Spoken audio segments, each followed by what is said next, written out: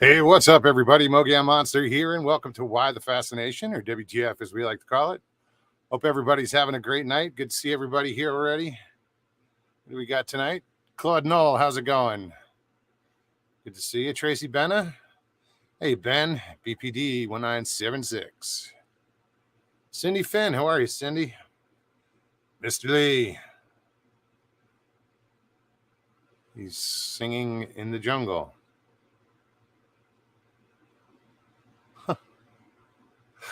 Okay. Angel Nolan, how are you? Ida Bustamante, great to see you. Hey, Sharon. I know I saw Leon in here earlier. Hey, Val.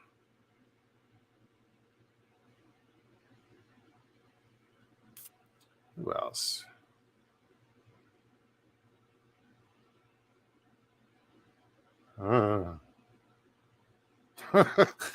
I'm just scrolling and it's all the same. It's all good. I think I covered everybody until I go back down to the bottom. It's all good. Purple Habit, what's up, brother? Mad man. So yeah, if you're new to the show, never seen this before, what I do is I'll put the link in chat, and you can click on that link and come on and talk about whatever you want to talk about. Kind of a Bigfoot community. If you're here, you already know that. Hey, Nelson, what's up, buddy? Catherine, how are you? Chessboard. Bigfoot community, but paranormal, UFOs, whatever. We cover it all. We share experiences. You got something you want to talk about, story you want to tell, you can click on that link, follow the directions, and all I ask is that you turn off YouTube in the background. If you don't want to be on camera, if you look at the bottom of the screen, it'll say stop camera. You just hit that, and you don't have to be on camera. It's pretty simple. Daily Dan, what's up, Dan? So I was talking with Stevie earlier. Hey, Jared, Crazy Indian, what's up, buddy? What the paranormal just came on. Woohoo, competition. I don't give a shit. So we started talking, and it's funny. She's probably going to come on. But we were just talking about people, like how clueless some people are, or rude, or, and especially when it comes to with, someone who's handicapped. It's just amazing how in the little over a year since she's had her amputation, that, people can just be so not comfortable with it, with someone with a handicap. I'm guilty of it. I admit it. There were times when I just, it freaked me out, but I'm over that shit.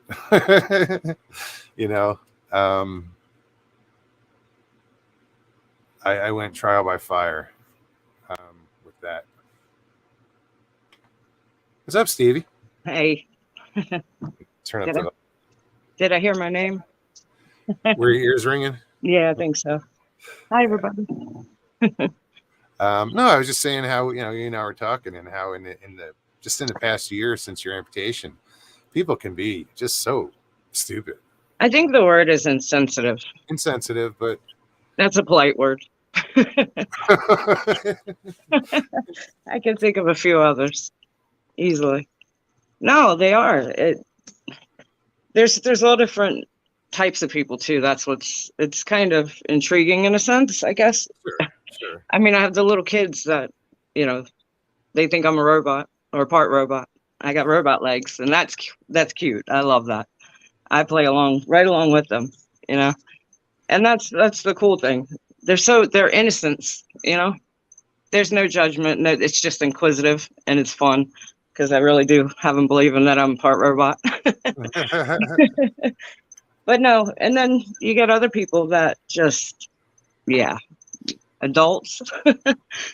They're funny. I mean, all different responses or reactions. I'm walking down the walkway at work and I hear somebody, 20 yards behind me. Oh my God, what happened to you?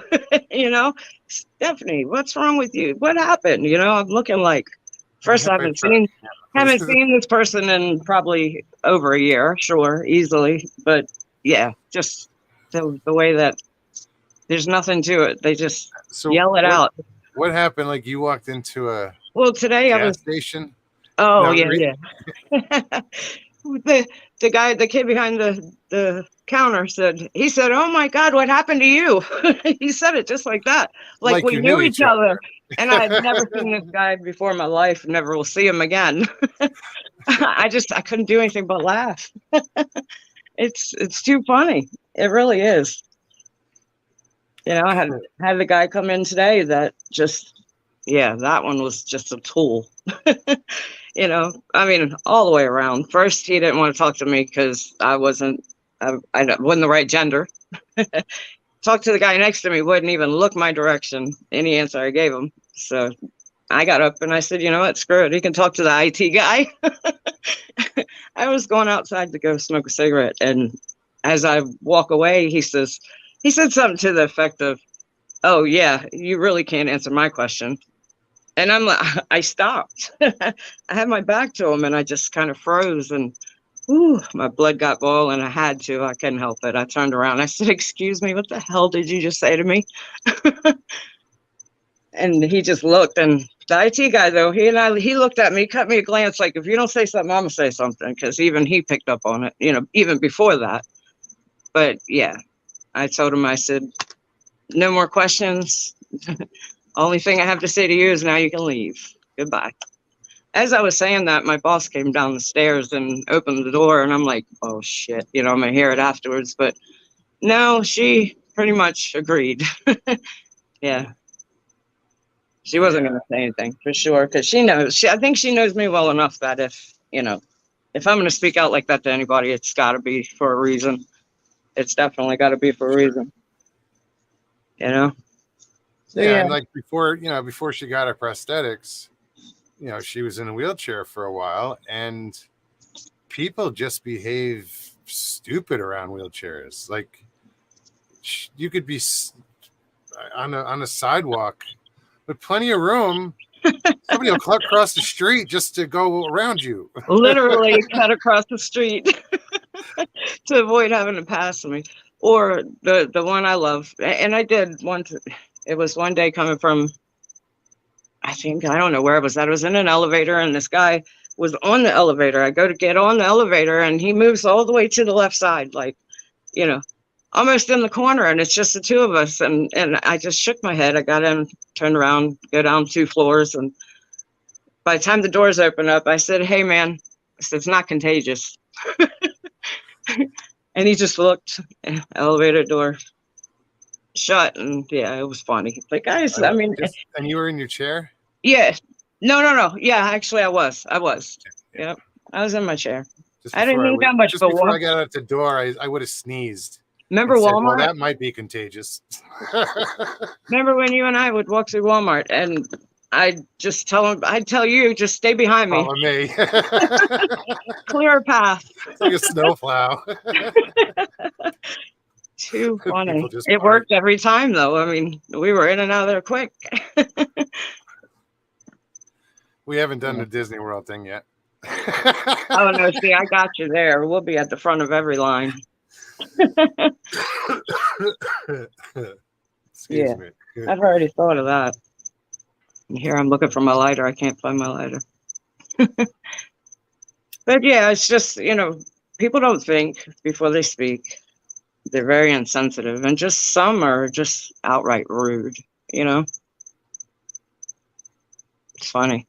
It's gotten to the point where it is actually funny, but every once in a while, like that guy today, it just strikes and it plucks a nerve, hits that right nerve where somebody just needs to be told sometimes. My eye says, honest to God, Stevie, next time they crawl into the corner, take 2 steps closer. Right?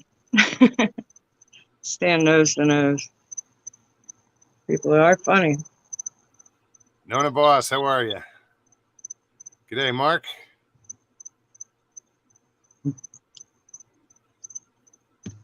Mr. Lee said it looks hot in Florida stuff. Oh my God, it is. It's beyond. It's Here humid. too. It's the humidity I and think the rain. we have a heat advisory coming too here. You do? Yeah, but your heat's different. I can deal with your heat. It's still fucking hot. It's the humidity. You just Well, can't I showed breathe. you the temperature the other night. It was this time, and it was still 98 degrees. Yeah. Yeah, but I showed you the temperature where the feel like was 10 degrees hotter than it actually was. Yeah, I don't trust that feel like because that's taken in the shade. So there's no way. Oh no, you got to be here. You can ask anybody in I've Florida. been These there. last Remember? few weeks, no, just the last couple weeks have been brutal. Oh, yeah. Just brutal. I want to say the last month. Everybody's ready for it to be over. Michael Haywood, how's it going? So, are you on your laptop so you can see? No, I'm actually on my phone, but I got my laptop right behind it so I can see For chat. chat. Hmm. Right. Yeah, the camera on my laptop is crap. I never did get that webcam figured out either. So phone works. Just can't see chat on it. And it's a USB connection. It is.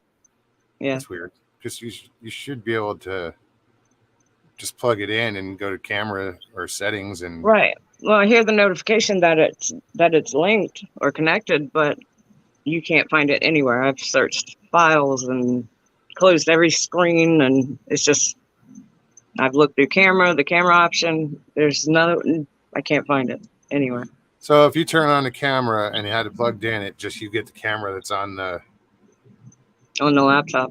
yeah. Yeah, no But light then comes on the camera at all. see, like on my camera thing, it'll give you on the left hand side or the right hand side, it'll show another little camera with a kind of a half circle around it. Right. So you click on that and it'll switch the camera to that other camera. Yeah, you should Like I see can, it. But like I should see that, but I don't have it. Doesn't show.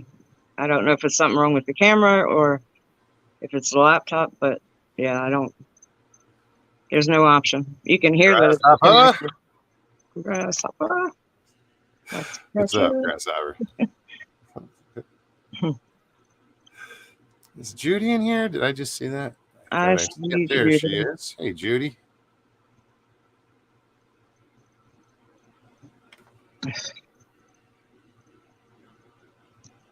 Yeah, people, it was humbling, not humbling. I don't even know how you call it. well, to see how people react and then how insensitive people can be, in certain situations like, hospitality. yep, dealt with that big time. Hey, Leon. Oh my God! Half my body's missing. It's bad enough. I was totally Stevie when you're talking about that. I have a client. I'm not going to stay on a lot tonight, but I have a client about 8 months ago. He's about 45. He ended up losing his eyesight in 3 days. Imagine being 40, and all of a sudden you're losing your eyesight. On top of that, he's a basketball coach, and he was on TSN, which is a Canadian sports network. They did called The Pivot, a documentary on him, as how he would be in the court and he could hear how his players' teams were up, whether they were nervous, by sounds. And so he was coaching them totally blind by sounds. But he told me something he hadn't told anybody. And I kept saying to him, this is, you guys, one reason I want to jump on here is about a lot of times when people are looking at crisis, and part of the problem with people who can't handle people that are so-called in crisis or appear to be in crisis is because they haven't negotiated their own lives. Yep. True. Crisis. So, but he told me a story after he did the interview or the show on TSN where he said, I got to tell you this, Leon. And I said, because you know, first of all, if you're blind, you're in your darkness of your mind. And nothing is worse than rumination in the mind, I'll tell you, especially with your thoughts in your head with emotions attached, just can fill you full of so much unnecessary worry, which is a parasite. But he said to me when you guys were talking about the mall there, that was what kind of triggered me to want to come on. He was in the mall. Imagine, so he's now been blind now at 45 for 7 months. So he has to totally change everything, how he perceives things. You can't just get in your car and go to Starbucks. You know, you depend on people. And then he has to learn again. I keep saying to him, you know, your life as a coach. I said, now you're going to be coaching a different style of coaching, because there's a lot of people out there that need to hear your story. And I said, whenever you're on these TV shows, I said, don't be surprised if people don't start reaching out, and you tell your humanity, your humanity. And then he told me this story. He said, you know what happened to me the other day? And I said, no, obviously not.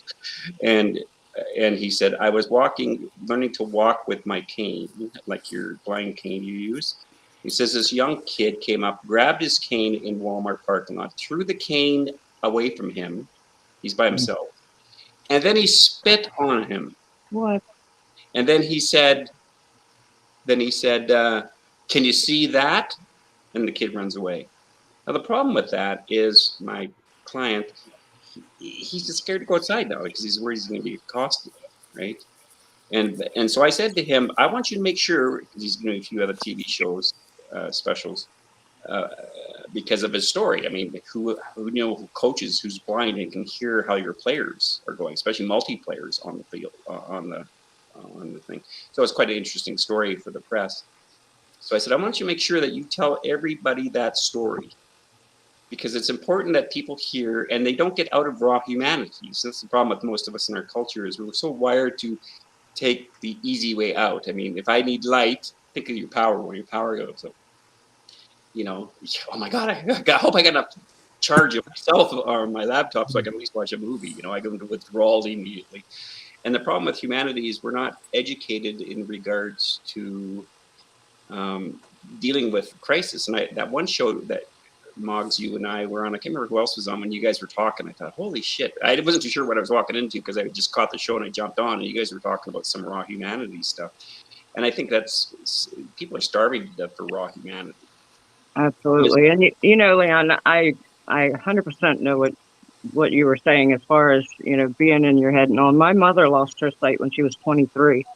She had me when she was 30. So I grew up with a blind mother. Right. So, and again, your yeah. whole perception of everything's different too, because everything's overcompensating. So your hands, like you talk to somebody who's deaf and blind, like I used to deal with one of the largest mental institutions in Canada. And you have a lot of mentally handicapped people that are deaf and dumb that have helmets on their head. And, you know, again, the other thing about our culture too is we don't like the abnormal. We have a real hard time of dealing with the abnormal, especially visuals on abnormal people. And I've had some, where I worked at, the institute I worked at, was these people would be categorized as monsters physically. Like I could tell you stories where a guy he's 6'9", one hand would go around your entire head because he's so deformed, because his body's all out of whack and stuff. And his tongue would come out and hang down. He's an absolute loving guy. But man, he would terrify you at nighttime. How do I know that? Because my first day working, I ran into him and he scared the hell out of me. He couldn't talk. Wow. And it was dusk, and I was working a night shift first night, and all I heard was this, and I wasn't wearing my glasses, so everything was blurred. So this 7-foot monster was coming down this institutional sidewalk, screaming, and he walked right up to my face, and he opened up, and looking at him like this, I'm petrified like a little schoolgirl, and he opens his tongue up, and his tongue hangs down here, and I'm like, oh my God. Then he's got his hands that are massive, and then I was scared to death. And then I found out after working with this guy, I mean, kudos to his parents. They didn't put him in an institution, but they got too old for him. But his dad used to put him on the tractor and drive him around, you know, kind of stuff, and show him stuff. But going back to kind of what we're talking about is, I told him the reason why you want to do that is because you're coaching. Like, I don't believe it. I've been through tons of crises, you know, like what you guys know, I've been in the hospital for the last 5 or 6 months. I've never viewed crisis. I view crises as crises, like most people do, but I don't view them as crises. Crises are the number one thing. You looked at life as always giving you an invoice. And because the biggest thing we're always afraid of is ourselves. And life will always, at one time, usually in your 40s or 50s, it'll hand you an invoice. And what that invoice is a crisis. And that crisis will always make you do one thing, because the universe and God are interested in one thing. Do you know yourself? Because Right. if you don't know yourself, you basically wasted your entire life doing the act of yourself. Because you're too worried about what other people think about you and how you should behave. And Stevie, some of the power, and I always talk about this too, about all your power is in all of this woundedness, all the stuff we're spooked by. And what are you going to tell me I don't already know? I went through it. Well, Leon, I've heard some things about you. Well, I could probably tell you they're probably even worse. Yeah. Making me feel Exactly. that happened to me one time. I was throwing a function in Alberta. There was about 300 people, and that this guy came up these stairs, and there was all these. I used to do theme campouts, and we were outside of the hall, and we had fire pits all over. So there's about 150 people outside, and this guy comes up these stairs, and he bumps into me drinking, and he bumps into me, and he looks up at me and says, well, who are you? And this guy used to be a corrections officer, just a complete moron. Not the correction officers, that way this guy was. He said, well, who the hell were you? And he said it loud enough that everyone stopped, because everyone knew who I was, and they all turned to me, and I felt eyes on me, exposed, and I thought, geez, I felt out of whack, and I said, well, I'm Leon. And he says, oh, well, I've heard about you. And that's when my insecurity kicked in. Oh, my God, what has this guy heard? And I thought, oh, Lord, what should I say? What should I say to this guy? Yeah. Because, I've done some pretty moronic things. I don't know about you guys. I know you're all angels. But, I mean, how can you be brilliant and stupid at the same time? That's what I used to do to people. How can we be so brilliant and absolute morons at the same time in their lives? I'm asking myself that question right now because I just lit the wrong end of a I lit the wrong end of a cigarette. And so I remember when, again, because of all these eyes are on me too, I really felt like I was on the chopping block here, and that's what I came with. How do I answer a guy like that? And I remember looking right at him and saying, whatever it is probably true, and it's probably even worse than what you even know about me, And everyone broke out laughing, and he shut it, like it totally just slapped him across the face. It's like, what a stupid thing to say to somebody. Like you said, I have so many people that. It's like when I was in the hospital, you could tell people who couldn't handle being in the hospital. Oh, I know. Easily. I mean? Yeah. And it's like they gotta. Well, can you go out for a walk? I can't walk. How can I go for a walk? Obviously I can't go for a walk. I'm in a bed. My body. Yeah, I'm going to take all this with me. And I think the problem is because a lot of us don't have much crisis in life. I mean, we're not sitting like over in Ukraine right now where we don't know if we're going to wake up because the building's going to smash down in front of us because of somebody dropping a bomb or something like that, or starving, or any of that kind of stuff. But all that stuff builds your character up. And the biggest thing, sorry, I might do a little counseling talk because I've been doing interviews this week, filming for interviews this week over my other channel. And we were talking the other day, I was talking to a master's in social worker, and we were talking about how, the biggest plight we suffer is a wrong belief about ourselves, which I harp about all the time. And if you don't have your own sense of self, in other words, you're not honest with yourself, you're not going to be honest with the Bigfoot evidence. Because your deficit is going to kick in, and you're going to try to feel important, right? Especially if you have a channel, right? Yeah, right. And that's 90% of what's the problem with most people that line on. And I have a channel, and all these people are listening to me. These are the people. It's like, no offense to pastors, okay? I have a pastoral degree and all that kind of stuff, but no offense, but most pastors I know were losers in school. They didn't have any friends. They weren't very popular, but boy, they are popular now because they have an audience. They get to share their opinion. All right, I know Claude. Sorry, buddy, we didn't even get a chance to say hello to you yet. Ben dropped out too. So anybody wants to come back in? Yeah, I don't want to. I'm not here. The link is there. But no, obviously, I'm stuck in I'm 4 walls for 2 months now. So it's like, I got my doors open. Like, it's like I'm outside. So I'm kind of like, oh my God, there's human beings to talk to me. I don't know. So, anyways, but you're right. I mean, the ignorance of some people, and I think one of the roots problem is because they haven't, especially this young guy that said that to one of my clients, I just thought, man, you know nothing. You don't know anything about this, what life's got coming down the pike for you. So Pine Island just said one person's crisis can be another person's vacation. Right. Yep. So count your blessings. I do every day. Yeah, totally. That's the key right there. Yeah, live the moment. Yep. Yeah. Oh, hell yeah. Part of letting go too. That's the thing, and learn trusting people.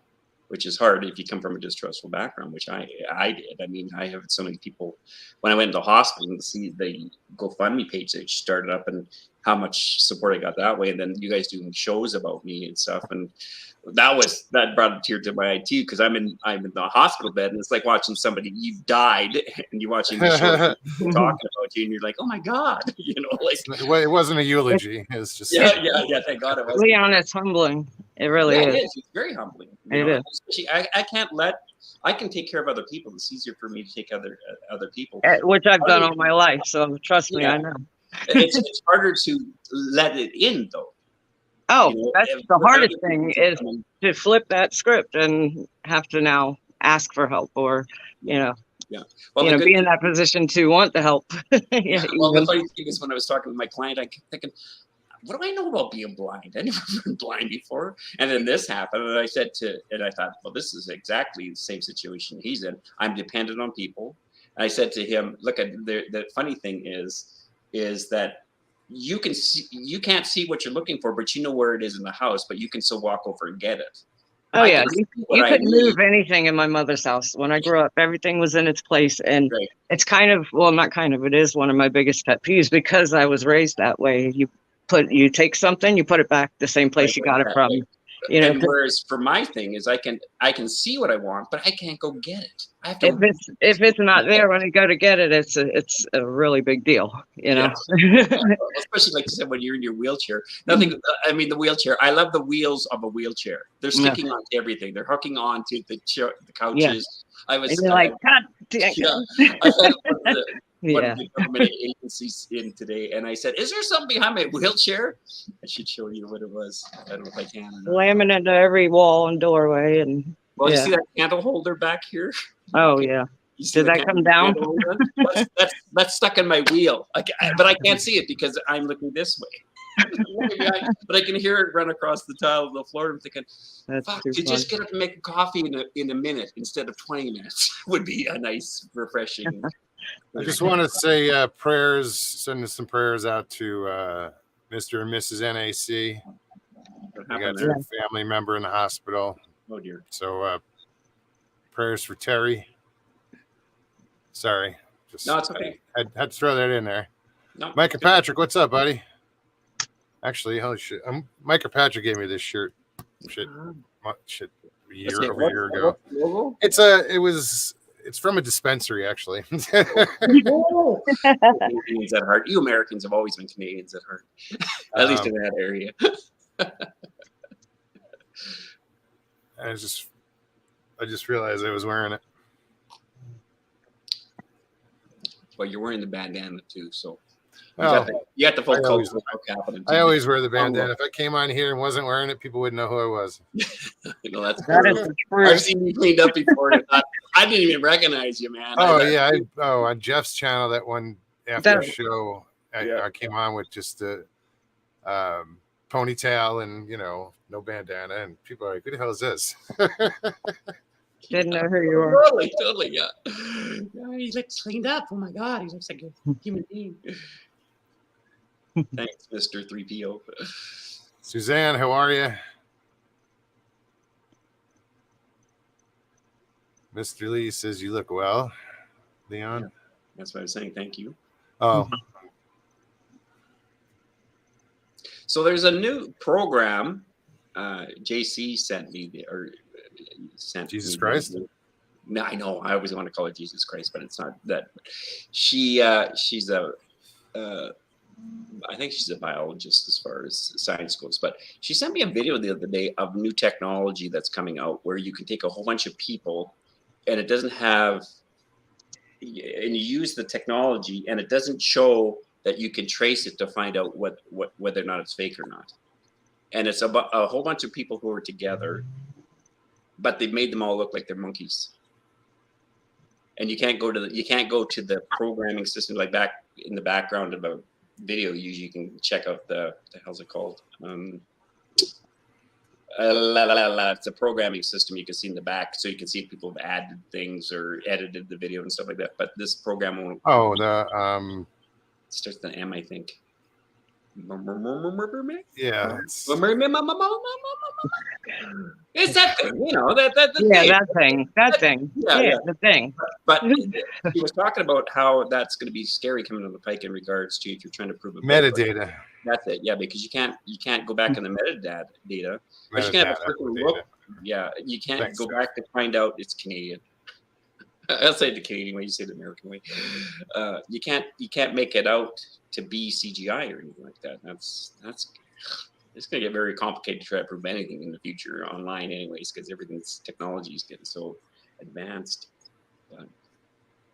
Well, great. Just something else to.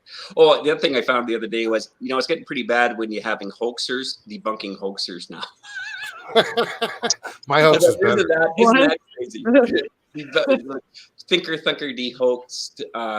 What video was it? I can't remember. And I went, oh, great. So you got something like Thinker Thunker who's de-hoaxing somebody when Thinker Thunker got nailed for hoaxing a few times too. It's like, this just keeps getting complicated. I have a complicated life already. Your own personal life. It's amusing. It is, yeah, that's a good way. If you follow it, I don't It's follow confusing. it. Yeah, confusing, amusing. Yeah. Yeah. Are you outside right now, Stevie? No, I'm sitting on my back patio. Well, yeah, you are Kind of outside. like Patio. kinda- That would be outside in your back patio. That would be Yeah. outside. Yes. Nice. It's kind of like an outside living room. Oh. Yeah. Wait till the frogs start. Yeah, then I run. I heard the crickets earlier. I kept looking out my window thinking, is that my crickets? The Still frogs are light here. deafening. I mean, deafening loud. And they're probably close too. So when they start going off, I go in. Well, they used to jump on me when I was down there. I'd sitting outside on a computer. Next thing I know, I'm pulling a big frog off my head. Oh, no. Big old Cuban tree frog. Mm-mm. Emma, how are you? Good to see you.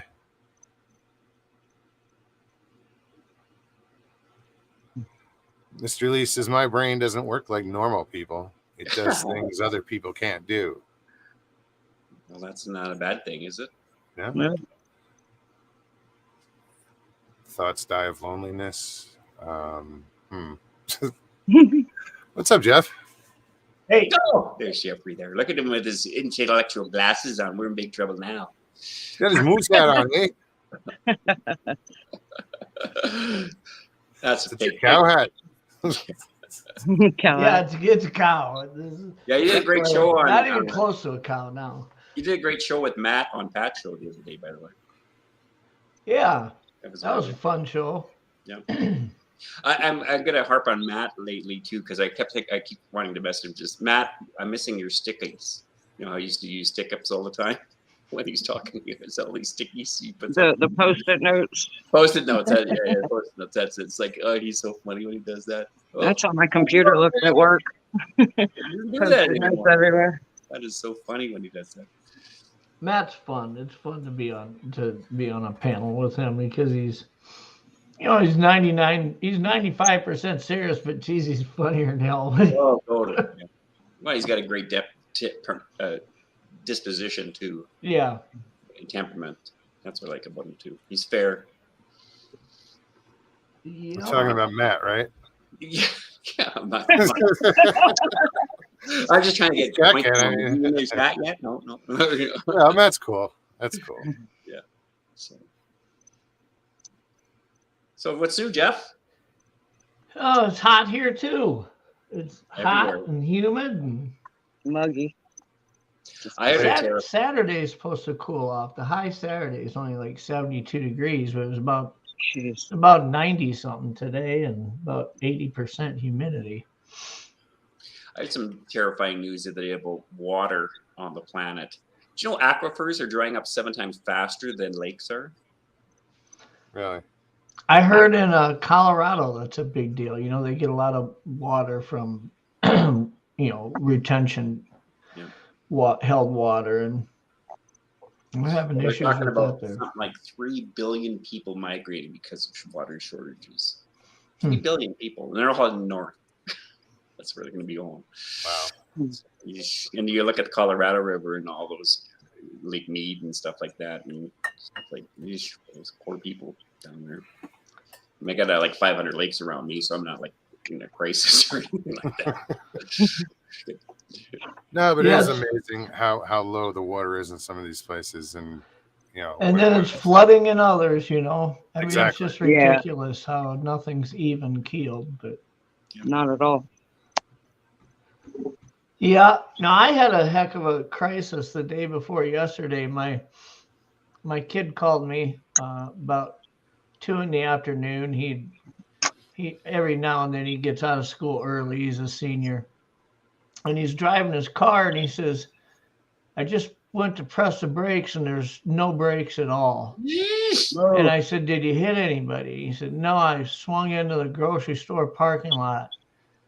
And I said, "Okay, well, I'm on my way." So I drive over there in my Yukon, and I get in his car and press the brakes, and there was some brakes. I mean, he blew it out of proportion a little bit. But I said, we're only like 3 blocks from the repair shop that I use, a buddy of mine owns. I says, I'll drive your Mercedes over there. You follow me in your Yukon. He's in high school. He's got a Mercedes. Yeah. Really? Well, Really? it's an 09 Oh. Mercedes C300. All right. And people tease him about that school. Like, oh, you drive Mercedes. He's like, you drive a brand new Toyota Camry. You could buy 3 of my cars for what you pay. It's only like worth $9,000, Yeah. Anyways, I pull into the repair place and I go inside and the repair place is kind of hard to drive around it. There's an outside wall around the drive area, and there was a delivery vehicle there that kind of made it pretty, tight to get through. And he's used to driving this little car, a little 4-door car. He's driving my Yukon Denali. I'm inside, and Tabor says, "Oh, I see your son's just pulled in your Yukon." I said, "Yeah." I'm talking to Tabor about, how much this is going to cost. It's leaked all the brake fluid out, probably needs a master cylinder. I mean, this is going to be like $800, My kid walks in the front door shaking, like having a PTSD moment. I go, "What's wrong?" He goes, "I was pulling around the corner of the building and I caved in your passenger door." And I go out and look, my whole passenger door is caved in on the guardrail. So I'm here fixing his car. Now they're both in the shop. I had to call my other son and say, "Come pick us up. Both of our cars are shot." And for God's sakes, don't drive around the building. Yeah. So this morning I go to pick up the car that's getting the brake work done, and my buddy owns the shop. I said, "What do I owe you?" And he says, "Nothing." And I said, "Dude, it had to cost something." He says, "Literally, I fixed it for about $200." And he says, "I felt so bad about your door." He says, "I'm not charging you for it." And I said, "Thank you." And then I called the repair yard that has all these wrecked cars. And I said, "You guys got a 2013 Yukon Denali there." And he says, "Yeah, what do you need off?" I says, "A front passenger door." And he looks it up and he says, "Would black work?" And my car's black. And I said, "Is it in nice shape?" He goes, "It looks perfect." I said, "How much will you sell me the whole door for?" He says, $250. So with the brake job, it's about a wash, other than my labor to put this door on, it's about a wash. But God, I mean, I just, for a moment, I just felt like, what else can go on wrong here, right? I mean, punched in the throat and kicked in the balls at the same time. Well, again, that's like I said. Every time you have a crisis, your brain just takes down this road track of just monsters, dragons, and demons. Oh my! It's going to be the SS. You're going to the gas chambers. The Gestapo's at your door. The police are going to arrest you. And that one phrase I find helpful is, "Let's see where this goes." Tell your body that. Let's see where this goes. And a lot of times you find it's not even close to what you're projecting it. That's why I said in chat, one man's crisis is another man's vacation. I mean, we're driving home and I see a guy on a Harley that some car pulled out in front of him and he T-boned it and flew about 50 feet into the ditch. I don't even know if the ambulance was there and all these cops. I'm thinking, there's always a situation where it could have been worse, right? I mean, my kid could have called me up and said my brakes went out and I ran somebody over. Yeah. But No, I'm sure as soon as he said I pulled into the parking lot, you were like, your heart like kind of, oh, thank God. Yeah. Took a deep breath and Well, anytime my oldest son, anytime he calls me, my heart kind of like seizes up oh for a shit, what does moment he need because now? I'm like, oh my goodness, what's going on now? Yes. He reminds you of you mean. That's what you're saying. Yeah, well, yeah, I'm blessed. Right. I'm blessed that he's not even close to, but I Yeah. tell people that all the time. One, God bless me with two sons that have not followed in my footsteps, and two, God bless me with two sons because had he given me daughters, I would have killed half a dozen teenage boys by now. So imagine having four. Oh yeah. Four Totally. daughters. Yeah. I'd be, cleaning the AR on the coffee table when they come over to pick her up I'd be that dad. Yeah, my girls told all their boyfriends that my mom has guns in the house. She's a good Your shot. mom's She's a cool. good shot. Very good She shot. prefers a moving target.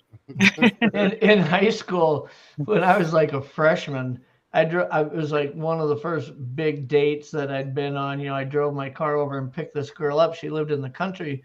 We went to a movie and whatnot. We came back and it was pretty dark. And we pull in her driveway and we're sitting there just talking in the driveway for a little bit. And her dad walks around outside around the corner of the garage, like with his face all striped black, holding a freaking rifle and a scope. And I'm like, I thought I was on punked, I mean, I'm freaking out. Like, what the hell's going on? He had been coyote hunting in the back. He didn't even know we were there. But I mean, and she's like, she was crying, apologizing. She's like, Dad, you scared him. He thought you were going to shoot him. And he goes, is there a reason why he should feel that way? And I'm like, no. Danny Stanton says, God bless me with 7 kids. Thanks, God. Wow. Tell you, it's a lot of work, but when you get up there in age and they're getting married and you got grandkids, what a blessing that would be, huh? Not to have to take care of any of them longer than 5-6 hours at a time when your grandkids come over. Right. Sugar them all up and send them home. Send them away. Payback's a bitch.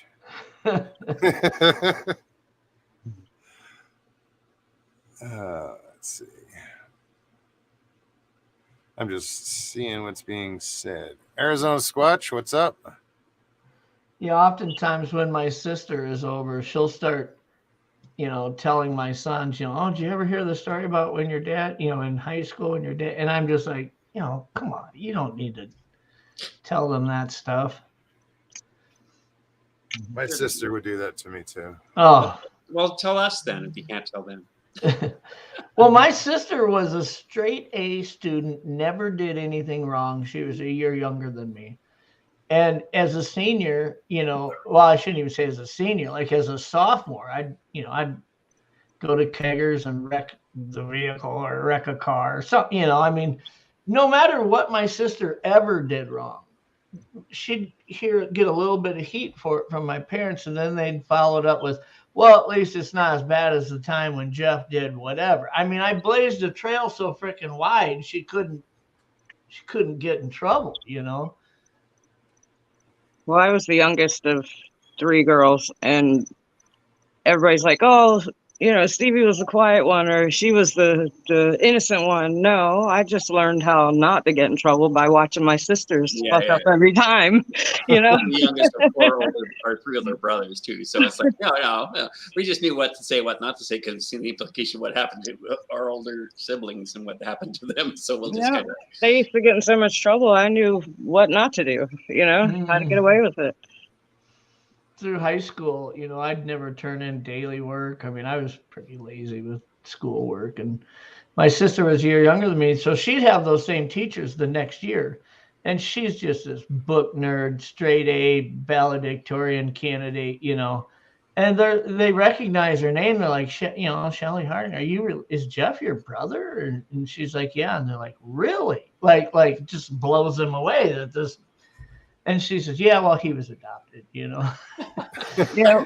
Well, on the reverse side of that, me being the youngest, by the time I was a freshman in high school, my sister was a senior, and it was, oh wait, Kathy's your sister. You're Kathy's little sister. Oh God, here comes another one. You know, I had no chance, not at all. It was already expected of me. It's the same way as I had older brothers, so they were in fights all the time, and then I show up. Great. Youngest brother. Everyone that they beat up, they're now moving into high school. I'm still in junior high, so everyone they beat up in junior high is now beating me up because I'm in grade 7 and they're in grade 9. It's like, I don't like being a punching bag. I don't think. So. Well, that was a good thing. I never had to worry about anybody picking on me or bullying me. I was part of the sisters, you know. Yeah, they had a reputation. Yeah, we had one. That wasn't a good one. Unfortunately, it was the bad one. So coming into school too, and the teachers, oh, you're Thompson, great. Oh, this is gonna be fun. Happy Napper, good to see you. Mayhem and Miracles, welcome. Sorry, I just wanted to get that out. Okay. I finally read your acronym because I kept thinking WTF, and then I saw your acronym for the first time on your YouTube channel, and I thought, oh, that's what it stands for. Why the fascination? What the fabulousness. It doesn't stand for the same thing as WTF Mike. No. No. Yeah. And no, but Mike deserves that WTF in front of him. Yeah. Yeah, pretty much. I've seen him on another show, and it's like, what the fuck, Mike? You know, he says some shit that you're just like, where the hell did that come from? You ever go to his channel? I went to his channel just the other night. He was broadcasting, and you know, he's up in North Dakota, and he's out on a farm, and so he's got like kind of a man cave with a beer fridge out in like a big Quonset hut, you know, Morton building where they keep the combine kind of thing with some shop chairs. He's out there drinking, and he had like 5 other guys on the panel that all looked like they were in their own Morton buildings with a beer. I mean, it was like everybody was good old boys. You club. could tell they were all different places, but they all looked exactly the same setup. That's hilarious. Barry Browning, what's up, man? Finding the trackway. What's happening? Hey, Jen. Yeah, I think I'm gonna. I've been to. I want to see some more of these places that, like, you know, are known spots for Bigfoot sightings or whatever. Like, I've been to Brown Springs. Honestly, that place is sketchy as hell. Camping there, it was a little nerve-wracking. I think the next place I'm going to go, hopefully soon, I want to go to LBL. Yeah, but it wasn't because of the cryptids or Bigfoot or anything like that, was it? No, it was the people.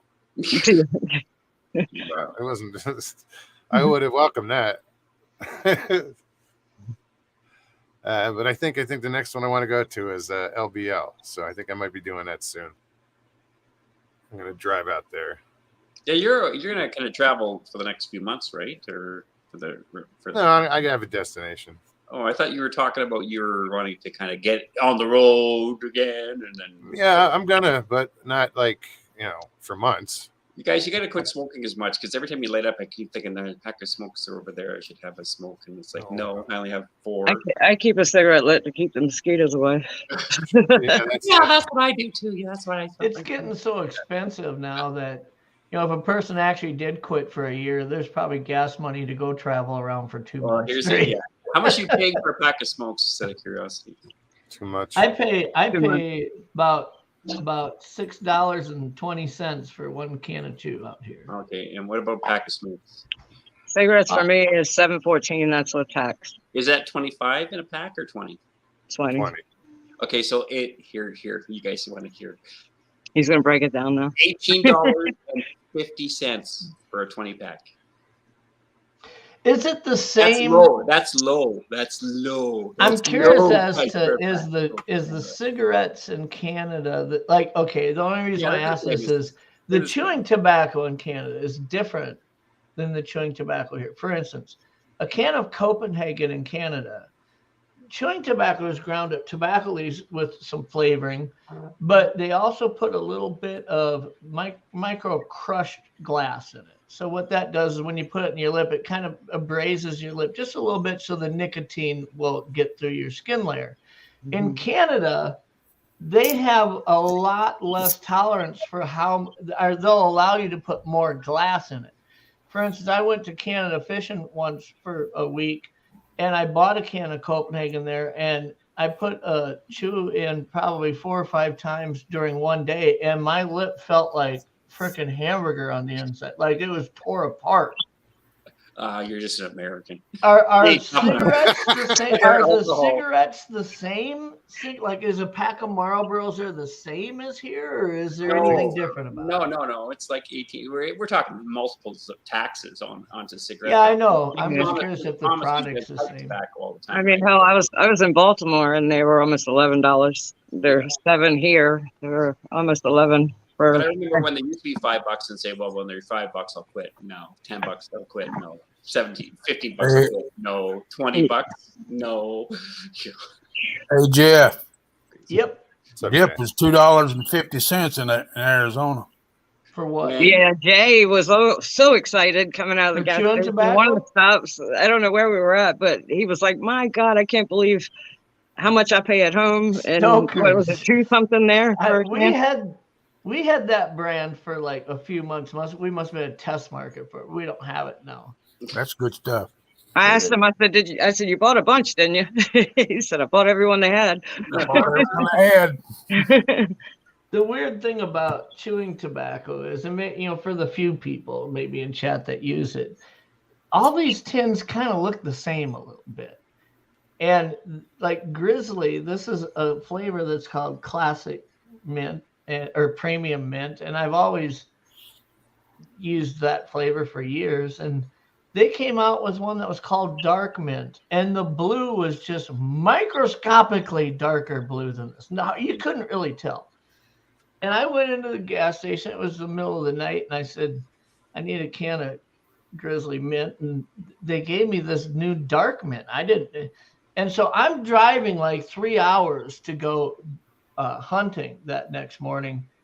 And it's dark. I'm in my car. And I put a dip of it in. And I thought, God, my taste buds are all fucked up. This doesn't taste right. And then I took it out and drank a bottle of water and tried it again. And I thought for seriously, like something bad was happening to me because nothing tasted. Then I was like, drank a little bit of Coca-Cola and I was like, I don't know if that, I'm trying to guess, does that taste right? In the morning, I looked at the can and realized it was a completely different flavor than what I thought that I bought. But I suppose that happens with people that buy smokes too. You think you're buying one and you. Oh, I got to watch it because every store I go to buy cigarettes, I tell them Newport Red 100s. I'll get Marlboro Red 100s. If I'm not careful, I have to watch. I'll walk away and get halfway across the parking lot and see it and shit, I got to go back because they're a heck of a lot cheaper than Marlboros for one. But yeah. I've tried quitting a lot, just cold turkey, and I can quit for like, I've quit for like 3 months, like 90 days. But then I'll be in a boat fishing with a buddy of mine and he'll start packing a can of chew when we're in a boat. And it's like, I'm just a goner. Like you trapped me here. Like, I cannot go on without, but. I quit smoking for 6 years, went to my, I think it was my uncle's funeral, and being around my family, it was either give me a cigarette or give me a drink, and I grabbed the smoke. I mean, just being around the family did me in. Oh, totally. I tried the patches. Totally, yeah. I tried the patches once, and I came to the conclusion that unless I like roll it up and put it in my lip, I really don't understand how this thing's gonna work. Yeah, but those things, I used them when I was in the hospital. I used them when I was on the lockdown for COVID for 11 days locked in that room. I used the patch, but one thing I noticed is that it gives me nightmares. Like it gives you bad dreams. It messes with your dreams big time. Several people in chat are saying since they've quit, what they've afforded to buy. Yeah, zero turn lawnmowers. Of Gen 3 Fleer.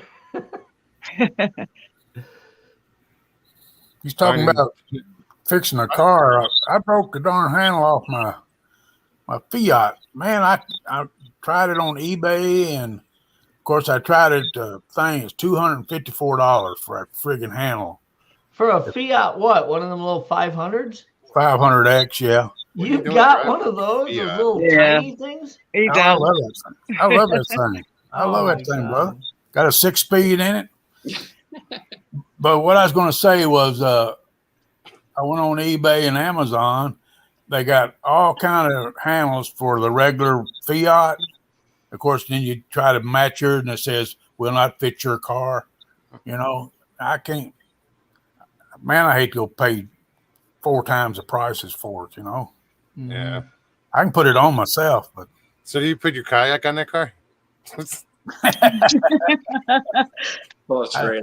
It'd be bigger than the car. I mean, it would. It was bigger than the car. I put it on it a couple of times. Yeah, see. Sticking had my out both truck- ends. I had my truck in the shop. I'd put it on the car. Yeah. I find I smoke like crazy if I'm editing. It's like one after the other. When you're editing? Yeah, when I edit, I smoke a lot. Like it's crazy. I mean, I haven't smoked that much now, but when I edit, like that's why I'm worried about these interviews I'm doing right now. I was talking to somebody the other day saying, "God, the nice thing I can't get my car to drive to the store to buy smokes because that's what I would do. So I'm kind of at the liberty of if there's any smokers that need to come over to be interviewed, bring some smokes with you." Nobody smokes here too, which is weird. You know, it's like I'm not exaggerating. When I moved to Kelowna here or the Okanagan, I would walk around because I was a smoker from Albertans, or more smokers than BC is people from the province of BC. And I'm walking around the parking lot. I can't see a freaking cigarette butt anywhere in any locations in the malls or anything like that in the parking lot. And I'm thinking, are you allowed to smoke here? And they said, yeah, you just go smoke out the parking lot. So I go out in the parking lot hoping to find some other cigarette butts so I can see where some other smokers smoke. Nowhere, you know? So it's like eyes on you that you're a smoker. And I'm pretty sure I know one other friend that's an actual smoker. That's it. Out of everybody I know, there's one other person that's here, which is weird because my whole life, well, most of our age group here, we were either on tobacco, well, pot, or chewing tobacco, or but now it's got this social. It's funny how the tide turns in culture. Like smoking, it had its height, that lasted a couple decades, and then it weaned back down. And just recently, I mean, we're talking like 10, 12 years ago when, remember when restaurants started just saying, we're not going to allow smoke. We're not going to have even smoking sections. The bars were saying no more smoking indoors. We'll make little outdoor areas for you. And like, it seemed like 90% of the people are like, hell yeah, don't let them smoke, right?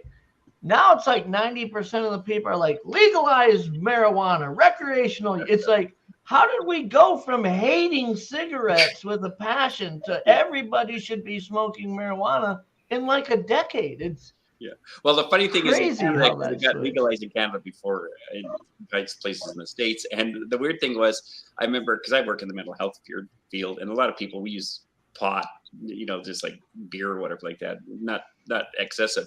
But I remember one time I was saying to one of my friends there, they had some other friends coming over, and I said, "Hey, so your pot's on the table. Do you want to put it? You want to put it away?" And they looked at me and they said, "It's legal in Canada." And I thought, I still have that imprint of doing something evil, because when you're growing up, remember when we were 16, you're hiding and hiding and hiding and hiding, and now you don't have to hide it; it's legal. It's amazing. Well, that was like they legalized it here in Arizona, and then I moved away to a state that it wasn't, and it was back to the old, that it's weird. It's like, like you're doing something wrong because you are. Well, it was weird being in Arizona. I got to go to the dispensary, and I go in there with mugs, and I was so overwhelmed. I mean, it just felt wrong in a way. It was weird. It was cool, but yeah, very overwhelming. Yeah, I just always think there's a comment here from Cryptid Canada. Did you see that one? Yeah, let me scroll up. I just missed it. No, I don't worry you're living there, Cryptid. Canada, I they're legal for the pot, and women can walk around topless. WTF? Yeah. The guys, maybe. I don't know about the women. I haven't seen that myself personally. But we still have people who get upset when they see somebody breastfeeding. It's like, it's natural. What are you talking about? I don't really take a whole lot of positions on a lot of these social, type issues. I mean, I'm kind of a libertarian at heart. You do whatever the hell you want to, as long as it doesn't infringe on my right to do whatever the hell I want to. I mean, if you want to marry your pickup truck, I really don't give a shit. I don't think that devalues any relationship I have with somebody. But it's funny when people start like, marijuana is like a gateway drug. It's like, I know. Does that mean that Coors Light is like a gateway beer? Like you're going to start with Coors Light, then you're drinking Bud Heavies, then you're drinking some IPA craft beer, and then you're pounding bourbon. You're doing tequila. It's like, what? Waking up in a border town. Well, and that's such a misconception too, because smoking is a gateway drug for sure for drugs, like heavy drugs. You ask anybody who's an addict, a lot of times they'll smoke, like they start off smoking. People will say you can't, marijuana's okay because you can't overdose on smoking marijuana. Well, that's true, but you can overdose on gummies and different, edibles too. I mean, it's just. I don't think there's really neither side of this debate debates it logically. It's like a bunch of fucking morons that can't. Yeah, because you can smoke yourself stupid for sure. Let's focus on the pros of marijuana use and any legitimate concerns. Okay, like one legitimate concern when look at from law enforcement. If people say, well, drinking, geez, you can get drunk and kill somebody in a car. Well, I can pull you over for drinking and give you a breathalyzer and tell if you've been drinking. If you've been smoking weed, there's no way in hell I can tell how much weed you smoked, how long ago. I get there's concerns from the enforcement side, but there's legitimate selling points from the pro marijuana side too. And if we could stick to those legitimate points, but man, they just flood it with such nonsense and BS. It makes the community, doesn't it? A bit, maybe just a little. It's like make sure you use your pronouns. So I got a couple of emails for doing TV shows, and I noticed below the person who sent me the email, they had their pronouns there, and I said to the person, "So is it going to stop at pronouns, or are we going to move on to adjectives now? So I want you guys from now forth to start saying, Leon, you're handsome and you're gorgeous." And if you don't, I feel offended. So we're going to morally, ethically make you have to say that to me. All you four have to say that to me every time you see me. Oh, Leon, you're just gorgeous. Fabulous, right? It's like, that's what I mean. It gets to the point. But culture, in a way, you need that conflict because that's how you get the balance of, this is ridiculous. If there's not friction in the conversation, nobody feels like they're getting traction moving their point forward. And it's like, it's not about that. It's not about moving, your point forward. It's about let's have dialogue, and we've lost the art of dialogue for sure. So. Well, there hasn't been too many debates on any topic in the last decade where anybody said, Leon, when you put it that way, when I think about it, I think you have a point there. I didn't see it that way. Nobody's saying that anymore because the way we communicate. Not even say it because you're automatically projected onto being one of. Again, that's the problem with our culture is we moved from the tribalism to troopism. Tribalism, we still talk. Troopism, no. And the problem is the people making the decisions, whether it's on the left or the right, and you need left and the right. You need conservative and liberal for a healthy society. But you have small percentages of the fringes that are politically activated right now. Well, most of us are in the middle, or somewhere in the middle of the spectrum, because it's a continuum 10 to 0, 0 to 10, whether you're liberal or conservative. But most of us are somewhere in the middle there. We're looking at both sides going, you guys are all crazy. Why don't you just get along? Well, heaven forbid we talk about that, but we're not in political positions to do that. We don't have the power politically. That's the problem. It's a small group of people who have the political, that their agendas are getting done. And I could cite. What do you think, Jay? We didn't mean to wake you up. Yeah, Jay, sorry. Were you snoozing there? We'll read you a story next time if you like. Pardon the interruption. Yeah. I was thinking about. I was wondering where my chocolate milkshake is. I didn't send off for it. There's a Wherever good it is, one. it's melted. I've been by now. waiting 45 minutes for it. Where is it? I don't know. It's not here. Is all I know. Is it I just sent off for or are you supposed to be someone making it for you? My lady friend was supposed to go get me one. Oh, maybe she's not back yet. Jay's milkshake brings all the girls to the yard. Thank you. Cryptid Oh, I was Scatters, gonna say Stevie, I wanna you're say looking something. fine tonight. I want to say something on the original topic that you started the show with, Okay. Russell, was that lady beside you right there. I spent, how many days did I spent with you, woman? 10 or 11, something like that? God, I don't know. I know. Way too long, wasn't it? 12 days. It was. I know But where you're all I going know with this. is that woman right there is the toughest cookie I've ever been around in my life. I tell you, He didn't know what to think of me. she's a wonderful, caring woman, let me tell you. And just because she's got an affliction, I'll put it that way, it makes no difference. You got that. What in the world would that make on anybody? That's what I'm saying. She's a beautiful person inside. That's all that matters. Great. Thank you. I Thank just you, wanna- Ray. I just want to let you know too that I didn't realize you had Tom Cruise in your chat. Oh my god, Oh Tom's my back. God. he's even got his picture up there too. Shh. Didn't let him know. Her and Judy never shut up. Oh, there you go. Talking about kid coming to you. There you go. He was a bartender for a while.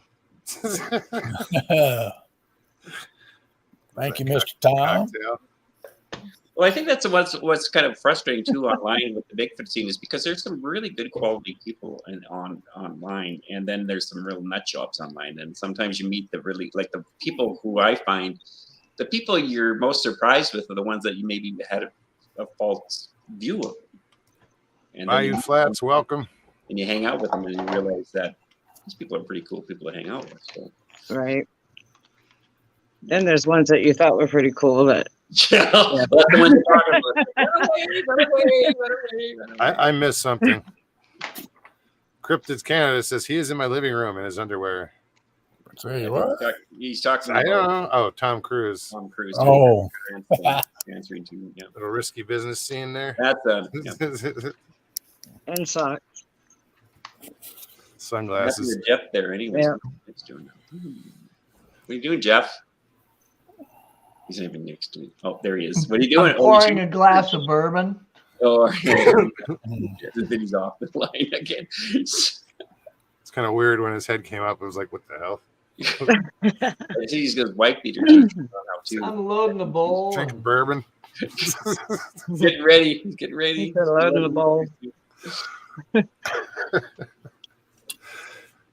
Leslie said, oh, yummy. I'm guessing bourbon. Stevie, you remember my 3 puppies? You remember the smallest one, the little runt? Yeah. She's not doing good at all. What's wrong?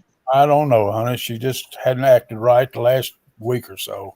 Well, y'all had talked about that when I was leaving. When I went inside to grab the keys, Becky was saying something about. Tell her I said hi, by the way. Oh, well. But no, she was saying that. What's that dog's name? Roxy. Roxy. Yeah, she said something was going on with Roxy then. Yeah, she hadn't been right since I've been back home. She just so lackadaisical, you know. She's 12 years old. I was going to say, but she's not a puppy either. No, she's 12 years old, but she's sweet though. yeah. Well, I'm sorry to hear that. Yeah, I hope she's a little better today. You can tell when they're not feeling good. Their tail is always between their legs, you know. But she actually had it up a little bit today, so maybe she's feeling a little better today. So that's good.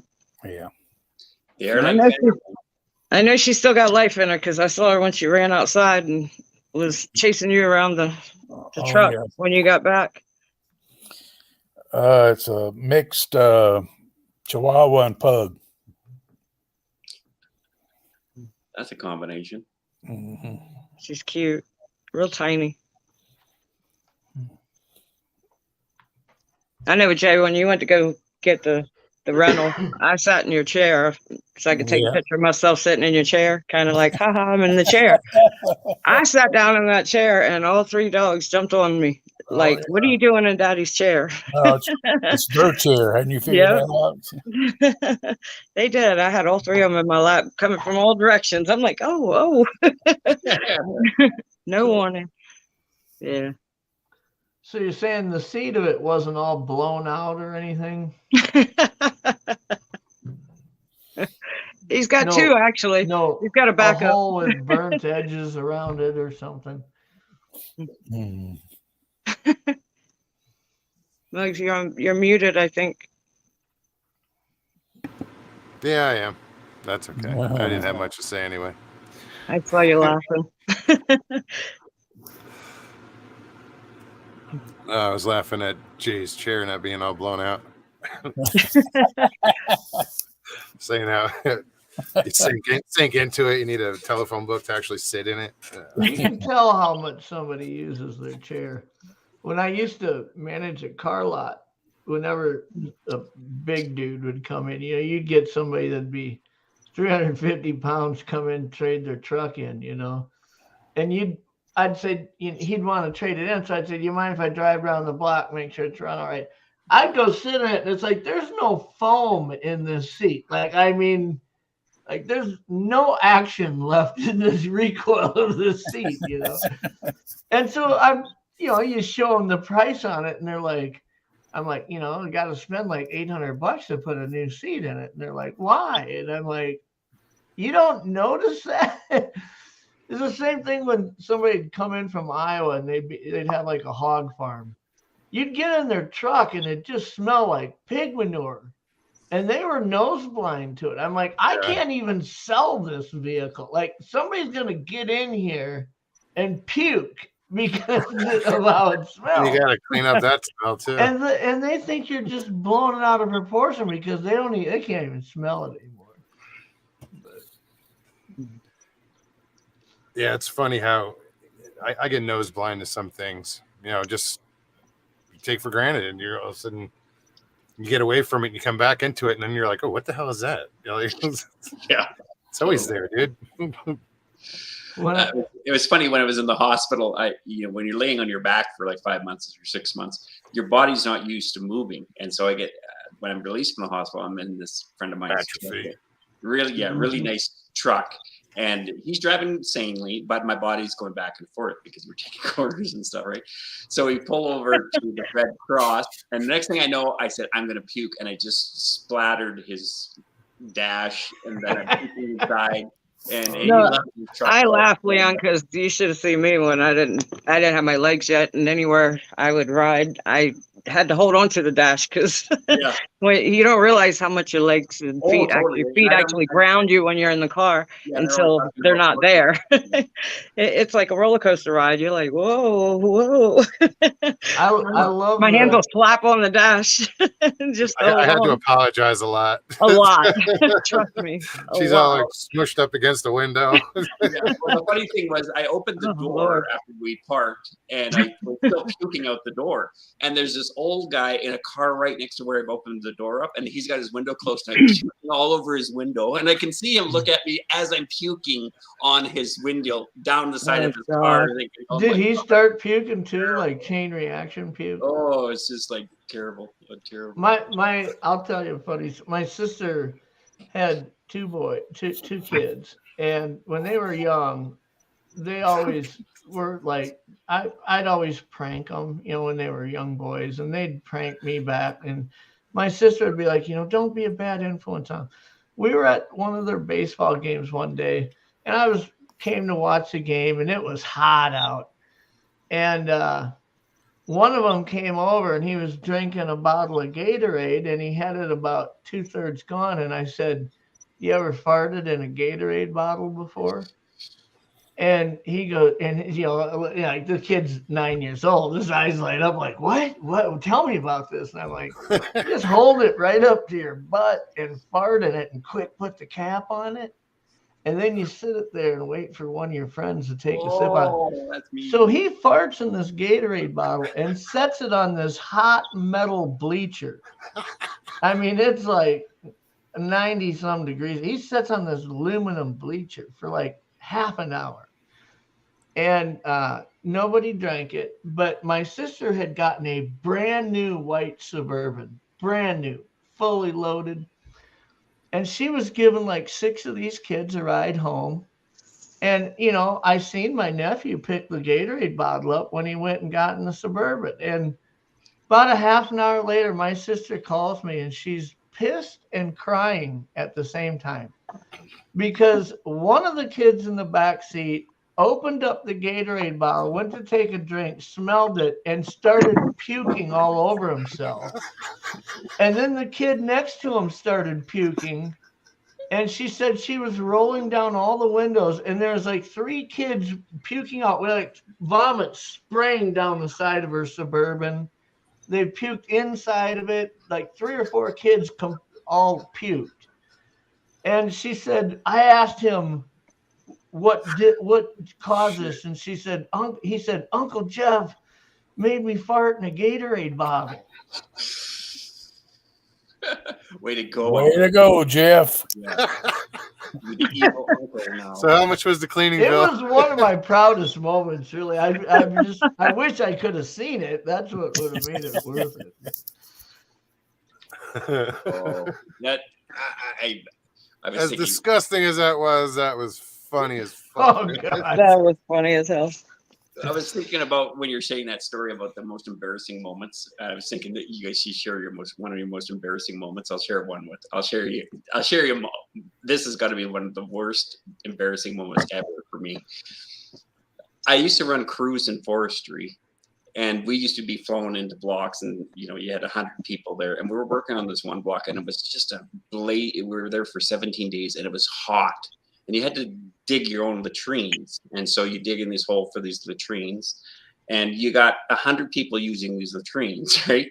And so, but by law, you have to kind of neutralize all that mess, that hole. So you had to change the latrines. And so I said to the guys, okay, the next 3 people who use latrine, you have to change it and dig another hole and do this kind of stuff. And then one guy got fired, one guy quit, and then one of my close friends got stuck doing the latrine. And it was funny because everyone would try to sneak into the latrine, because everyone had to use the bathroom, and you would just wait and watch in that.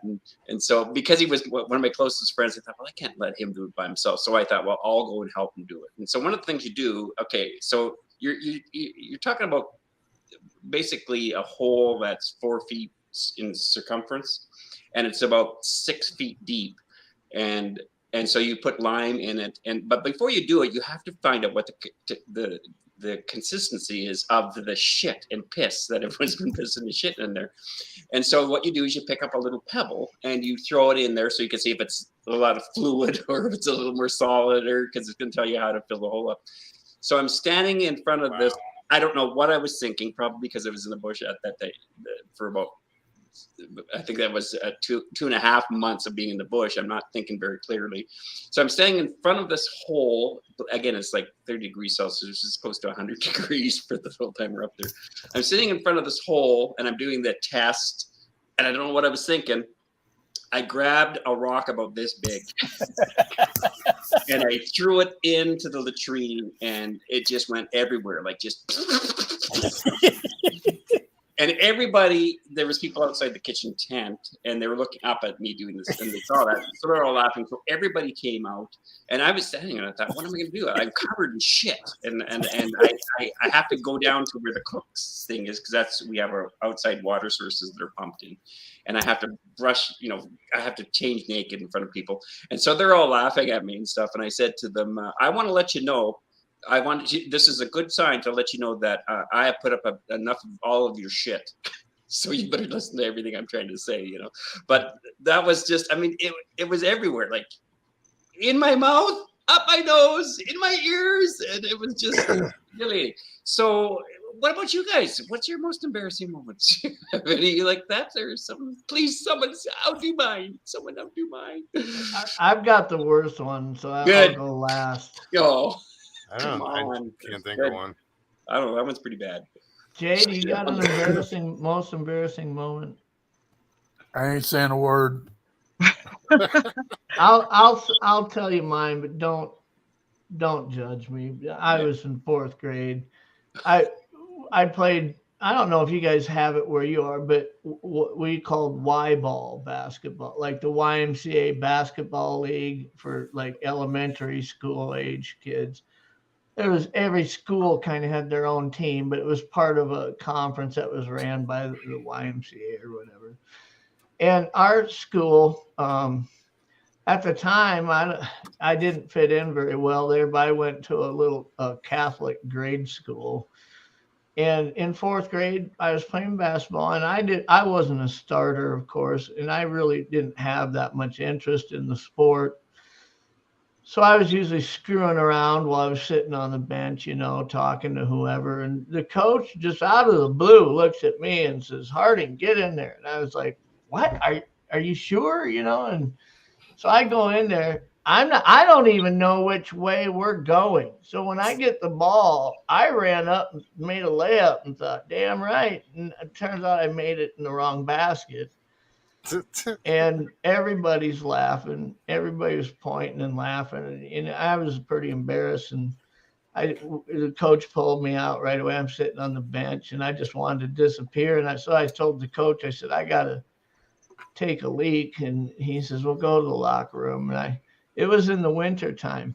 And I went to the locker room. There was this one kid that was teasing me, laughing at me, pointing at me, calling me names. And I went in that locker room. I found that kid's snowmobile boot, and I took a shit in it.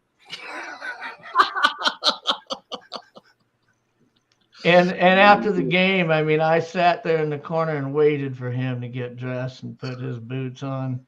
That's vindictive. It was bad. I agreed, Leon. It was really vindictive. That's how I rolled in 4th grade, But Don't piss jump off everybody.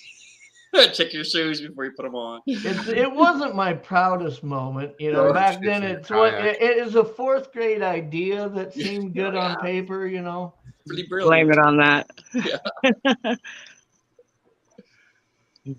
Next. Oh, wow. You know what's going to happen, Jeff? No one's going to share anything else, and you and I are going to. Yeah. No. Stevie's got one. She's just. I've got more than one. One of them. She's having trouble deciding. Right. Nope, I pass. Oh, come on. You have to expose yourself. Remember we were talking about that? You have to talk about the shitty stuff that's. Hey, this is Moog's show. What about Moog's? Yeah, I Moog. can't think. I'm trying to think of I'm sure embarrassing. When you're as cool as Moog's, there's just not that many embarrassing things. Just think about my why's he got to be cool and I got to have so many that. No. My embarrassing things happened a long time ago in another lifetime. When I was. Well, drinking. 4th grade wasn't exactly last week for me. No, I'm saying I was drinking back then, so those. Oh yeah, I get that. Were associated with drinking, and I get that. I don't rehash that shit. So what about something from when you were a kid? I remember playing indoor soccer. I was on a league, and I was for some reason I was a center, and I kicked the ball, and my shoe went with it. Just gone. That's about it. I think I told the story on your show a long time ago about when I was in the military, young, spring break, how I ended up in a palm tree in Panama City Beach, Florida at spring break. Did I ever tell that on your show before? Maybe I didn't. A bunch of us were on a 4th floor hotel room in Panama City Beach, Florida for spring break. And we ran out of beer, so we went across the street to the liquor store and we bought 4 1-gallon jugs of Hawaiian Punch and 2 huge Texas Fifths of Everclear, and we brought it back, and we were half and it in a beer bomb. That's crazy. And I did like 2 of them, and I went out on the deck and stood up on the railing, and there was a top of a palm tree. It was like 15 feet away from the edge of the deck, and I jumped into it. And then I realized you can't get out of these things, so they had to call the fire department. And it took them like, if spring break in Palisade Beach, Florida, it's like a 12-mile strip that's bumper to bumper and nobody moves. I mean, for a fire truck to get there, it took like 6 hours. And they show up and they're asking my friends, is he drunk? They had the ladder truck, right? And my friends are like, oh, no, he hasn't been drinking. And they extend the ladder truck up, and this fireman hoofs it up to the top, and he gets up to where I am, and I'm just kind of hanging out there enjoying the view. And he says, are you okay? And I looked at him, I go, yeah. And he's like, whoa, like he could smell the Everclear. And they drug me out of the tree, and I had just only been in the military for a year. I was like 19, wasn't drinking age yet. And it turns out that when they took my driver's license and filled out all the paperwork, I still had my home address. So the fire chief had wrote a letter. I don't think he realized I was in the military, and sent it to my house, which went to my mom. Oh, dear. That said, we hope you've recovered well from being stranded in the palm tree during spring break and almost suffering from alcohol poisoning and all this shit. My mom's like, what did you do, But Wow. So I think I might have told this before, but I think one of my earliest memories when I was probably 4 or 5 years old, my dad had separated from my mom, left us basically out of spite. We grew up Catholic, Italian family. Out of spite, my mom drug us to the first non-Catholic church she could find, which was like a Methodist church, but it was like 10 blocks away from the house. So we would walk to church on Sunday mornings. It was just my mom, my sister, and me. My sister's 4 years older than me. So I remember walking to church. I was mad because I didn't want to go. I wanted to stay home with Dad. They were on the verge of separating. I wanted to stay home with Dad, and out of spite, my mom's, nope, you're going. So I was mad, and we're walking, and I'm walking, I'm pouting, I have my head down, and bam, I walked right into a van, the back of a van. My mom and my sister, well, my mom being blind, okay, she's, that's her past, but my sister watched me walk into that, and they both cried laughing. We were late to church because they were laughing so hard. We couldn't walk any further. I mean, and here I busted my face hard. I'm surprised I didn't break my nose, let alone it wasn't bleeding, but man, it felt like it should have been. And I was mad. And to this day, I can't live that down from my sister. She'll bring it up every once in a while, When I was about 10, it was one of the first times I ever actually rode my bike to the beach, because there was a river beach and then there was the ocean. And I went to the ocean and I got caught in a rip current, but I was up against the ropes because they would rope off the swimming area in the ocean. And I had to get rescued by a lifeguard. And that, walking up the beach after that was to me, that was embarrassing. Yeah. Because people were laughing and pointing. And it's like, dude, I was like 10. Mm-hmm. Nikki says she doesn't have embarrassing things. She's got gross stories. Well, get on here, Nikki. Yeah, Nikki, get on here. What's wrong with you? Yeah. I mean, that's funny because as you guys are talking, of course, my brain's just filling up with all these other stupid memories, especially with first time you got drunk and had your first hangover. I'll never drink again after that. I remember the first time I got drunk, like really drunk. I didn't even know where I was. How bad I was. And there was a house that had a aluminum door on it, those ones with the screens on it. And I thought, well, that must be where I was staying because it was at a friend's place. I opened the door up, puked once again on the door. And then I realized the door on the inside didn't look like a normal door. And so I shut the door. All I could think about was the people the next morning, they coming out, let's go outside. And they open the front door and the whole door is just covered in my vomit. It's like, oh.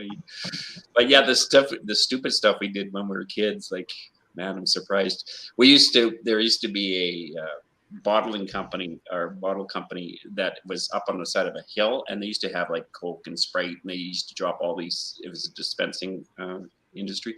So all of us in junior high, we would go up to the side of the truck, open up because it's on a hillside like this, and the truck would be up top here, and we'd open up roll the sides of the truck open, and we'd get in these lines, and we'd start pulling these flats of Coke down. Then we'd run down to the trees, and there was a sewage hole that the 6 foot kind of grate or whatever, and we used to stash the pop we stole there. And then one day we got caught, and these people chased us for hours, and we ran back to the residential area trying to hide in people's pools and stuff like that, and it was terrible.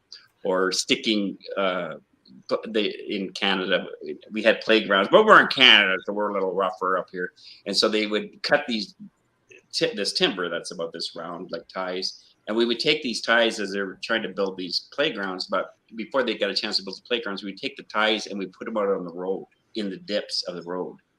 So you had your vehicle, you'd be driving down the road, and all of a sudden there's this blind spot, and you'd hit, and you'd be out in this field at nighttime. Somebody's probably watching this saying, "Fuck, I'm gonna kill you." I remember that. That was you. 40 years ago. Totally, yeah, 40 years ago.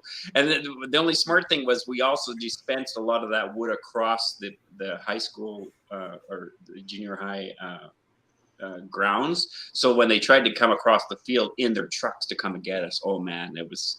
I mean, the weird thing was the adrenaline part was we weren't worried about getting caught, even though we were going to be dead if they caught us. But it was exhilaration of it's like cops and robbers, you know. We had fortified ourselves in there, and I remember hiding in a pool with 2 other people, like a neighbor's pool. We jumped in the pool, and then we could hear the people going around trying to find us. Oh, stupid stuff when we were younger. My problem with embarrassing moments is, in order to have them, you have to be someone who gets embarrassed. And Right. when I was younger, I was kind of a I don't give a shit about it very much kind of guy. So, Yay! What's up, Ben? Hey, everybody. How y'all doing? Ben. How you doing, Ben? You're just in time, Ben, to tell us about your most Good to see you back. embarrassing moment. All right. My most well, I had a couple embarrassing moments. It was mostly in high school. So I used to have PE before my math class, and my math teacher used to like to make us go to the board. All right. So, well, to put it in reference for the younger people, well, I don't see any younger people, but anyway. I was gonna say. Yeah. So okay, it was a dual embarrassment. So we used to. I was at a Catholic school, and we used to have light gray pants. So the sweat from PE would go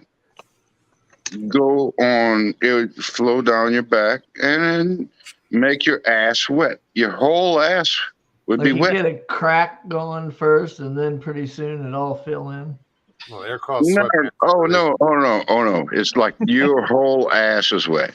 Your whole ass is wet. Swamp ass. No. I mean your ass cheeks and shit, so people can see it.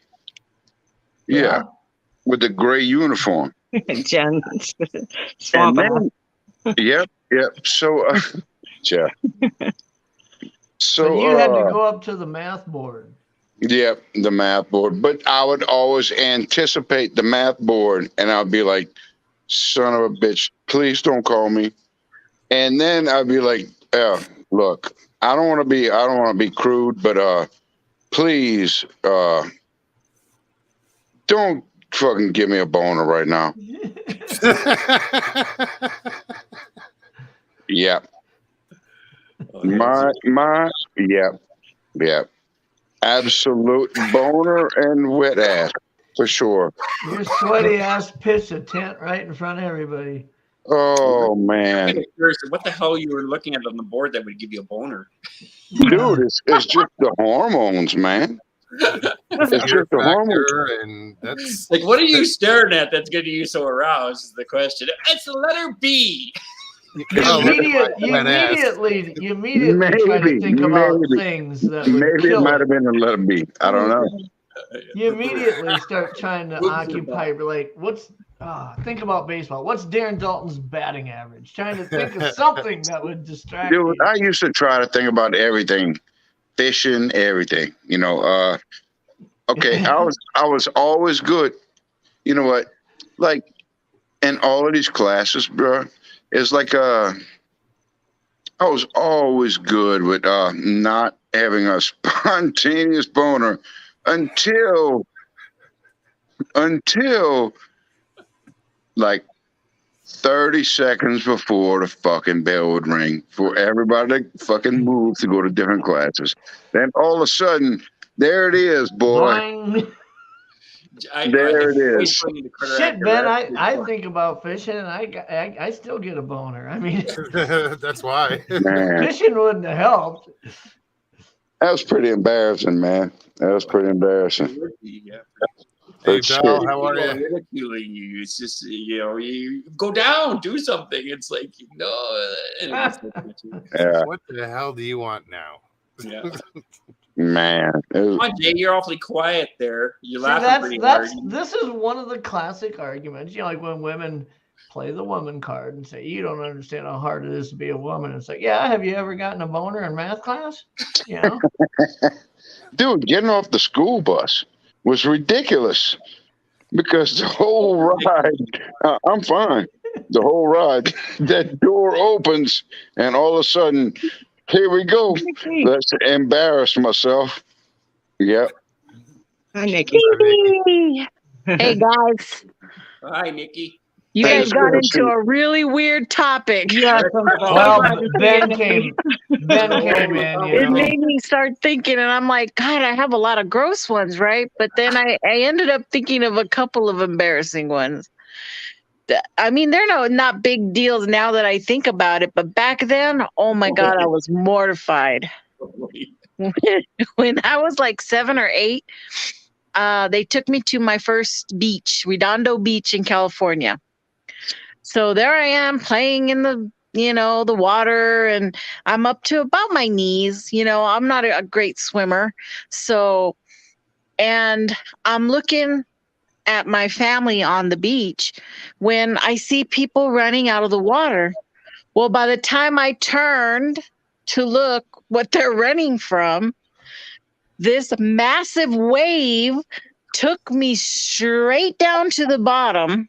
Oh, no. And dragged me down all the way up the beach. Okay. Wow. When the water receded and I was trying to catch my Dropping breath, like a fish. I had sand in my mouth, I was only 7 or 8. So my little bikini top was filled. I looked like I had huge old boobs. And I was Sandcastles scraped. again. I was scraped, scratches all the way down from how it drug me on that sharp, glassy sand.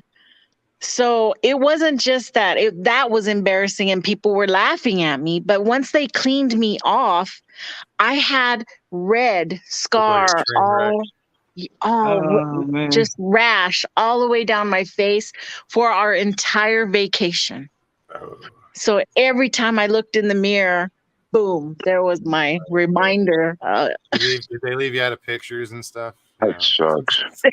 It was horrible. I mean, they felt bad afterwards because, my mom I remember she had to run into a convenience store to get some Neosporin to put on me because I was bleeding. I was literally had little cuts and everything all over my face and my body.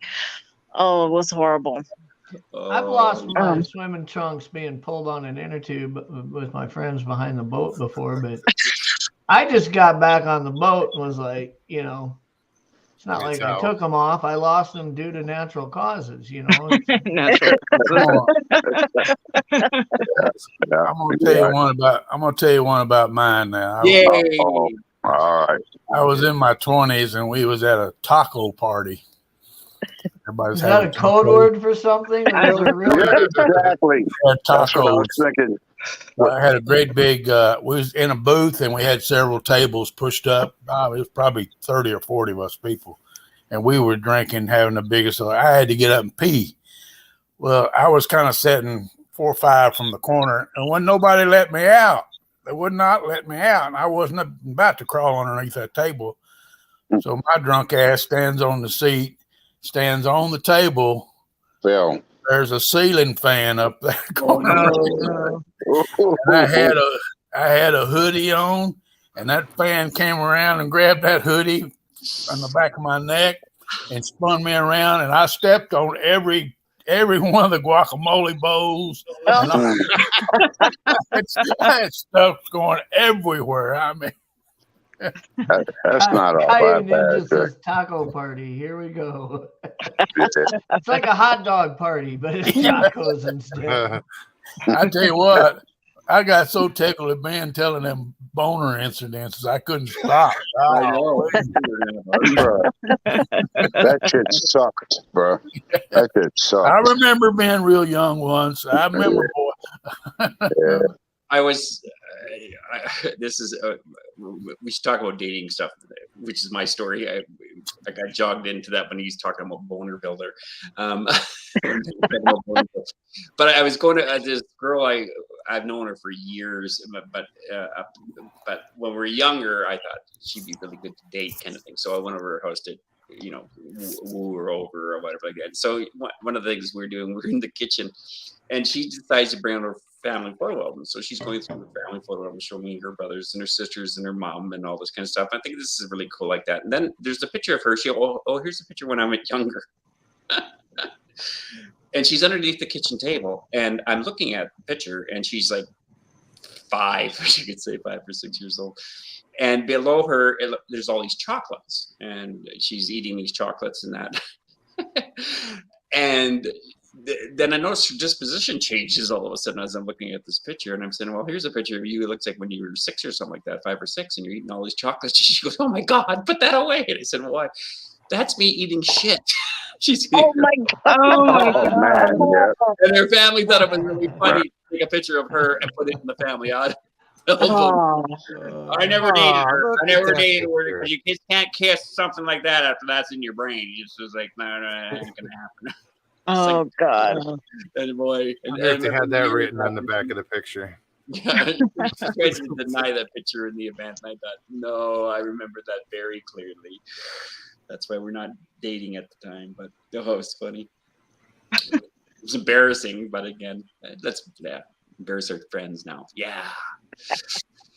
Oh, I had one embarrassing moment with a bunch of cops. No, Oh. that's Ooh. I must have A been bunch of them. 23, 24.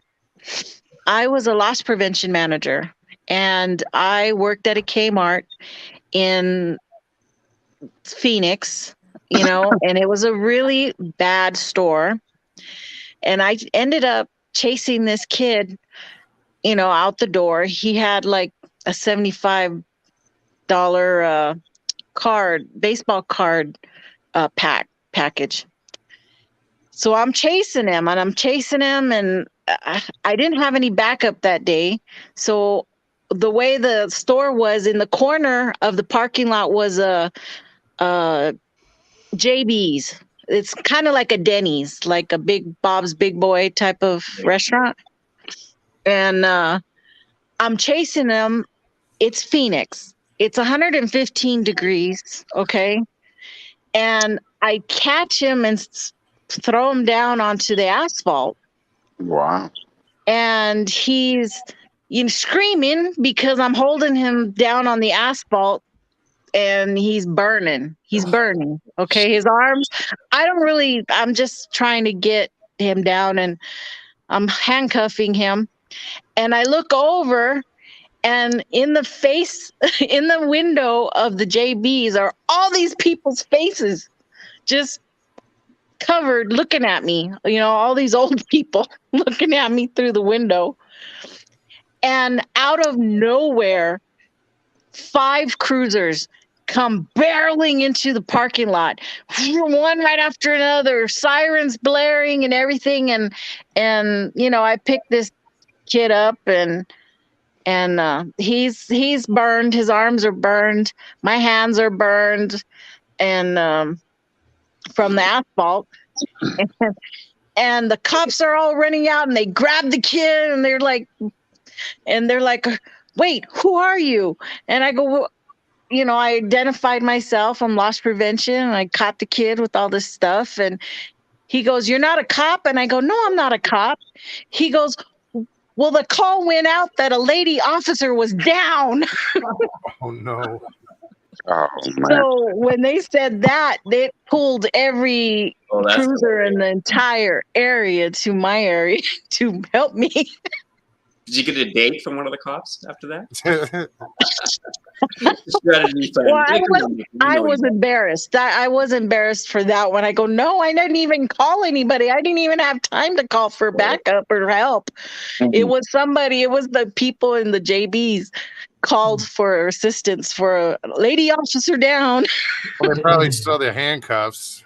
Yeah. And, because back then we could do that. We could chase as long as it wasn't past the sidewalk, and we had a big parking lot. So we were able to do all that back then. Now you can't do nothing to anybody, but You can barely say anything to anybody. I know you can't even ask for a receipt anymore. So people get all offended. Chestworth says, Moog's early 20s. I was snockered and had to throw up. Friend driving said, stick your head out the window. The window was so clean it looked rolled down. Bam! Need I say more? Oh, wow. I did that with we went through McDonald's or Burger King, and I had like a large strawberry shake. And I was driving in high school, and I had like 5 of my buddies all in this huge Dodge Tradesman van that my dad owned that we'd swipe for the night. And I had the window up, and my buddy said, I'm driving along, and he says, are you going to drink that? I said, no, it tastes like shit. I took 1 drink of it, and I handed it to him, and he took 1 sip, and he goes, that does taste like shit. And he thought my window was down while I'm driving. And he, like Nolan Ryan baseball throws this thing, and it smacks the window and explodes all over me while I'm driving. Wow. I had the same exact thing happen with my first serious boyfriend, I guess, in high school. Drove a Chevy Chevette, and back around the suburbs of Virginia, coming out of DC, there's what we call the scenic route. It's just a drive along the Potomac River, and we just go for a ride. It'd take us all the way down Quantico, and then just one big loop around the whole city. And that was a typical Saturday afternoon. And he chewed, and I was driving, and he was spitting in a bottle half the damn day. And he goes to throw it out the window on my side because there's woods on that side. And I used to get pissed off that he would throw his bottle out. Well, he goes to throw it this time thinking my window was down, and it wasn't. And it shattered all over me. I was drenched in his spit and chew and nasty shit. I was so pissed off, and I swear it wasn't maybe 2 or 3 days later. I don't think I've talked to him since. That's true love right there. Once you're covered in You're not talking to that dude for real? I honest to God, I never spoke to him again. He ended up moving. I don't know. I don't know what happened to him. He should have moved. Man. Twice I saw my dad go to spit out the window while he was driving, and it wasn't down. Now those are just called dad moments. My boys laugh at those. I do something like that every day, and they just roll laughing at it. Well, it's worse when you get a Luger and it's on the window in the back seat, and you're driving for 10 hours, and you can see this Luger just gross. So I'll tell you a story that is a little embarrassing, but it's really has a good dose of karma in it. It Such a was good when show. I was a freshman, and in high school we still had gym Bars class, and loogies. and we'd go outside and play baseball or whatever. And on the football team, there was one really big kid, and he wasn't very athletic. And the coach had actually nicknamed him Shady because he just stood around and made shade, is what the coach said. And Nice. a lot of kids tease this kid, and I That's didn't. I honestly didn't. I really didn't have a clique that I belonged to because I got along with the jocks, the nerds, the burnouts, the art kids. I didn't really like meld into one little clique, you know. So I was nice to this kid usually, but we were outside, and each time you'd take the field after you're done batting, the coach never told us what position to play. So like I was walking over to first base because I had played first base the inning prior, and Shady's standing there. And I said, "Are you going to play first base?" And he goes, "You got a problem with it?" And he never talks to anybody. Of course, everybody had been giving him shit. Every time he got to bat, they were teasing him. I wasn't. I'm just thinking maybe he just finally had enough, right? And was going to snap.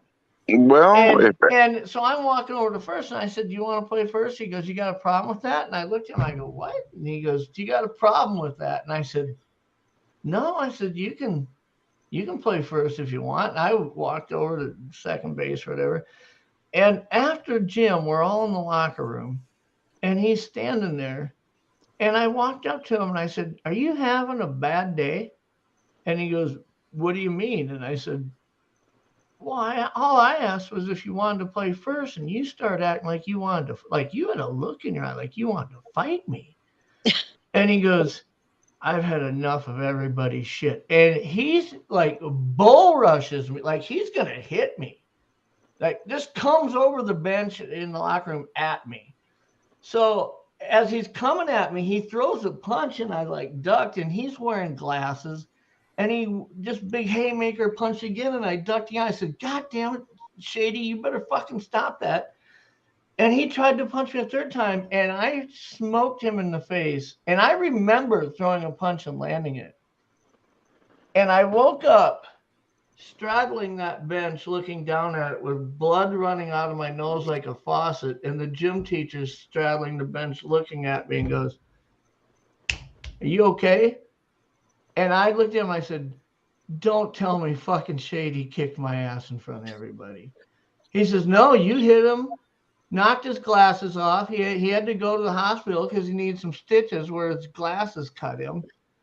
And you knocked him out, and then you turned around and walked into an open locker door, and it broke your freaking nose and knocked you out. wow. Well, of course, half the people in gym class are telling everybody, "God, I think Shady broke Harding's nose." Yeah. Did you hear that story? You know, but That's a great story. Yeah, the lockers should be There you go. But right away, as soon as I woke up, I was like, "Oh my God, I got my ass kicked by Shady, man. Don't tell me this happened." Yeah, that was high school and junior high was pretty, or middle school was pretty tough on us. Like no boundaries, no parents really. You're just stuck in your peer groups. Or But back then, Leon, it was a culture where, you know, maybe two boys are going to fight over a girl after school, and 50 people show up behind the Dairy Queen or whatever to watch it. We're gonna kill each And other. somebody's going to win, and somebody's going to get their ass kicked. But nobody's going to have a knife. Nobody's going to have a gun. That ain't the case anymore. You look at somebody wrong, and they've got a freaking weapon, and it's just not. I said the other day, I said, whatever happened to just a good old fashioned fist fight? Yeah. Kids are drawing guns and knives, and I don't know. It makes no sense at all. They got these new things now too, where you can make it out of plastic, where you can make any weapon into a machine gun. It's really hard. Yeah, you can do it on a freaking whatever. Printer. Laser, 3D printer. 3D printer.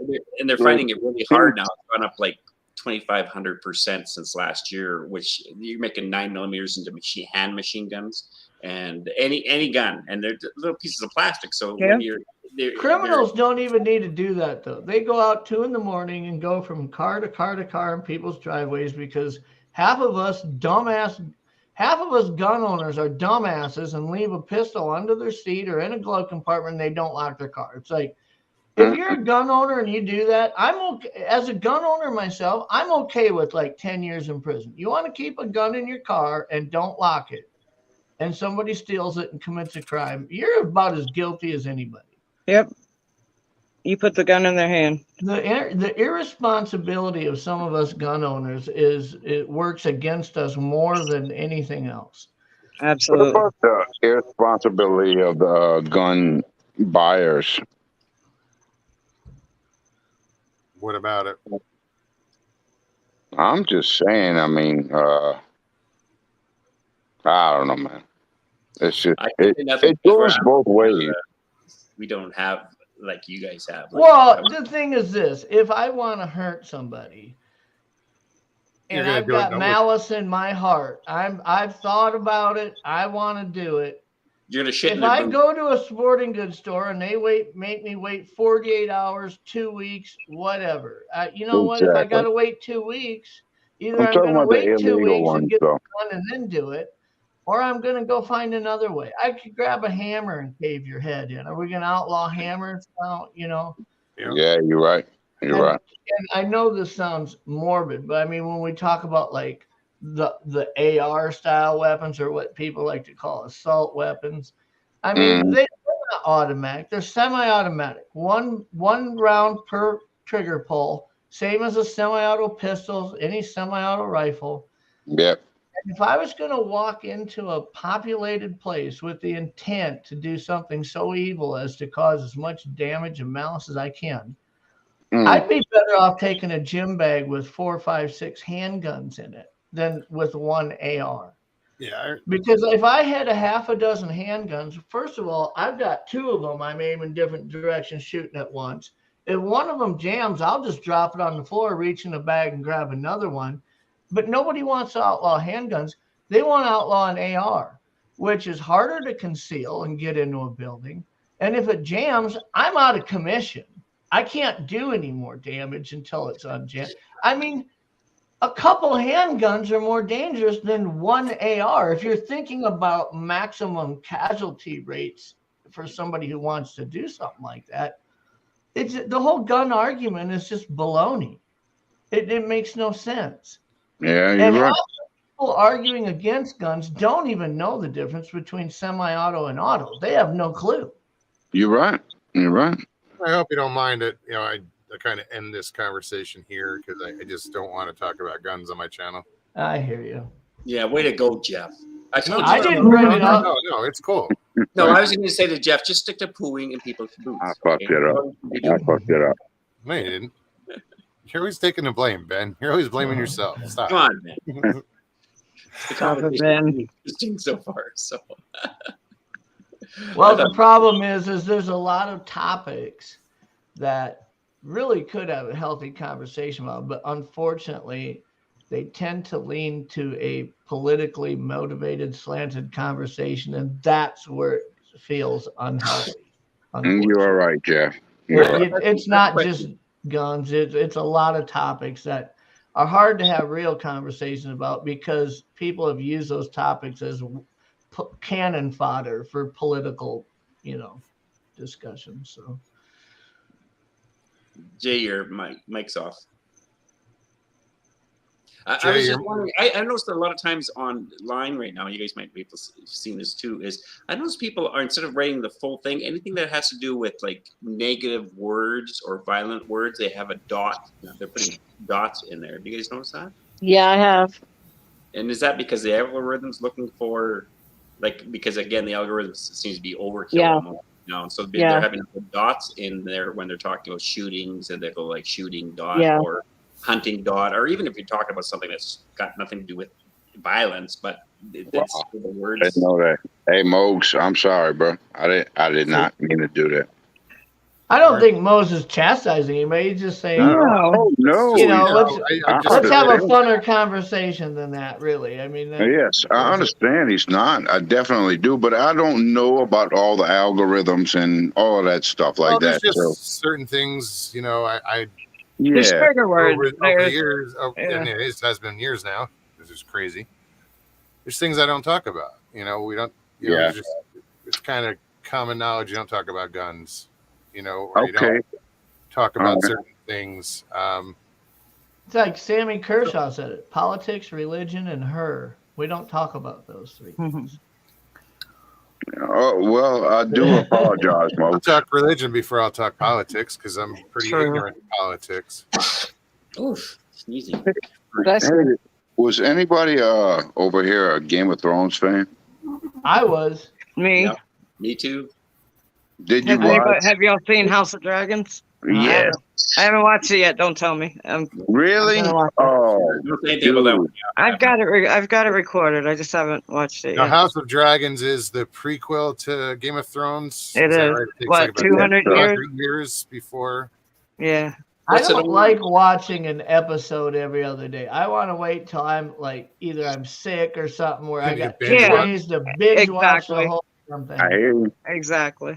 What platform is it on? Is it on like Prime? HBO Plus. Yeah, it's Max, on whatever it HBO. is. It's on HBO Prime Max. if you have HBO. Yeah. Dude, I'm gonna otherwise just tell you this. It is. I saw the second episode, and it is pretty much on par with prime Game of Thrones.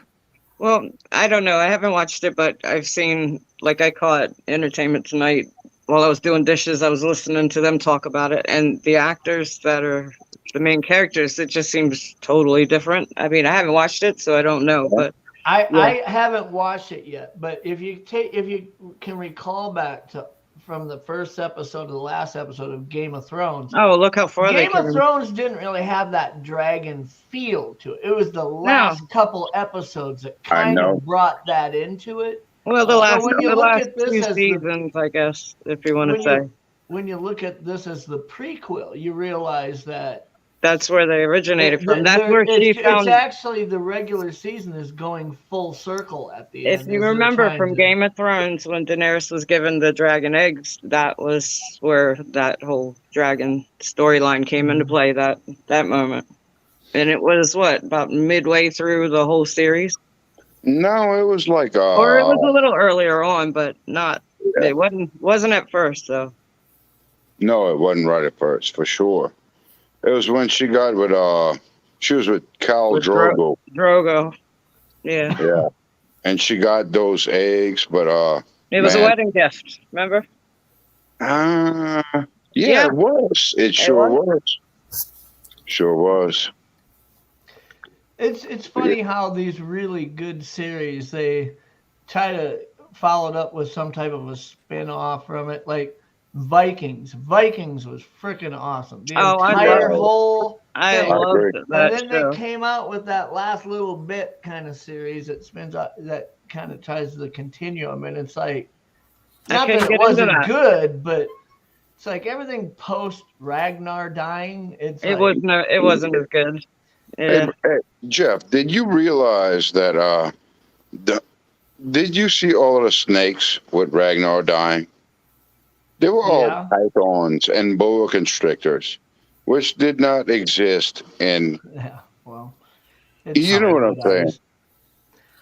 That's the some of those fantasy show, like when you see them filming a documentary or they're filming like a drama or some type of full feature epic movie, they'll have a technical advisor on board, especially if it, like Tom Cruise's Mission Impossible movies, they had weapons technical advisors that were in the military that talked about, well, that's not the way you would have done that, or that's, if you fired a anti-tank weapon, you would have needed more room behind you, otherwise, but I think in some of these fantasy shows, they just didn't have that. And that's where you start seeing some of this stuff. Like there wasn't anybody there saying, hey, time out. Wait a minute. Would there really be boas Yeah, really, that was in just Norway? silly, dude. Yeah, that was just really silly to me. But, I couldn't take that shit. You know, as impactful as they wanted it to be, because they don't have those snakes over there. Yeah, but then you have shows like the Game of Thrones that create a whole language for Yes, ma'am. for the race of people, and Yeah. it turns into like a full language. it's like Yeah. what Star Trek did. I mean, Star Trek was kind of I've the watched none of original to this. do that, right? Oh, you gotta watch. You gotta catch up. Come on, Mokes. I've watched See, Come on, I'd bro. hang up on you right now if I could. Oh, come on, Mokes. Nope, didn't watch any of it. Ah, you're killing me. Not Game of Thrones. Nope. Hmm. The only actor I know in that is Peter Dinklage. Yeah. But it. the whole, kind of the whole sci-fi fantasy thing, what's kind of cool Period. about it is they can kind of take it wherever they want creativity-wise, and nobody's going to say, you couldn't do it. It's like the cantina scene in Star Wars. Nobody looked and said, oh, she's got 3 boobs. That's not very realistic. It's like, oh, dude. But she's an alien. She might be able Yeah, to. you know. Yeah. She's an alien, dude. What was she, a Twi'lek?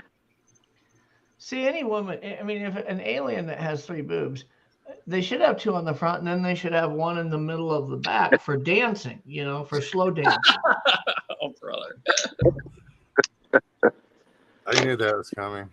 Yeah. It even popped into my head about on the back. I knew it was coming. Yeah. Wow. Yeah, I was thinking. Anyway, what are we at? We're geez, we're over 2 hours already. Yep. Wow. Yeah, that went quick. Yeah. Just Yeah. a No, comment. once when you get a bunch of people on, you just don't even realize you don't pay attention to the time. No, it's just hanging out then.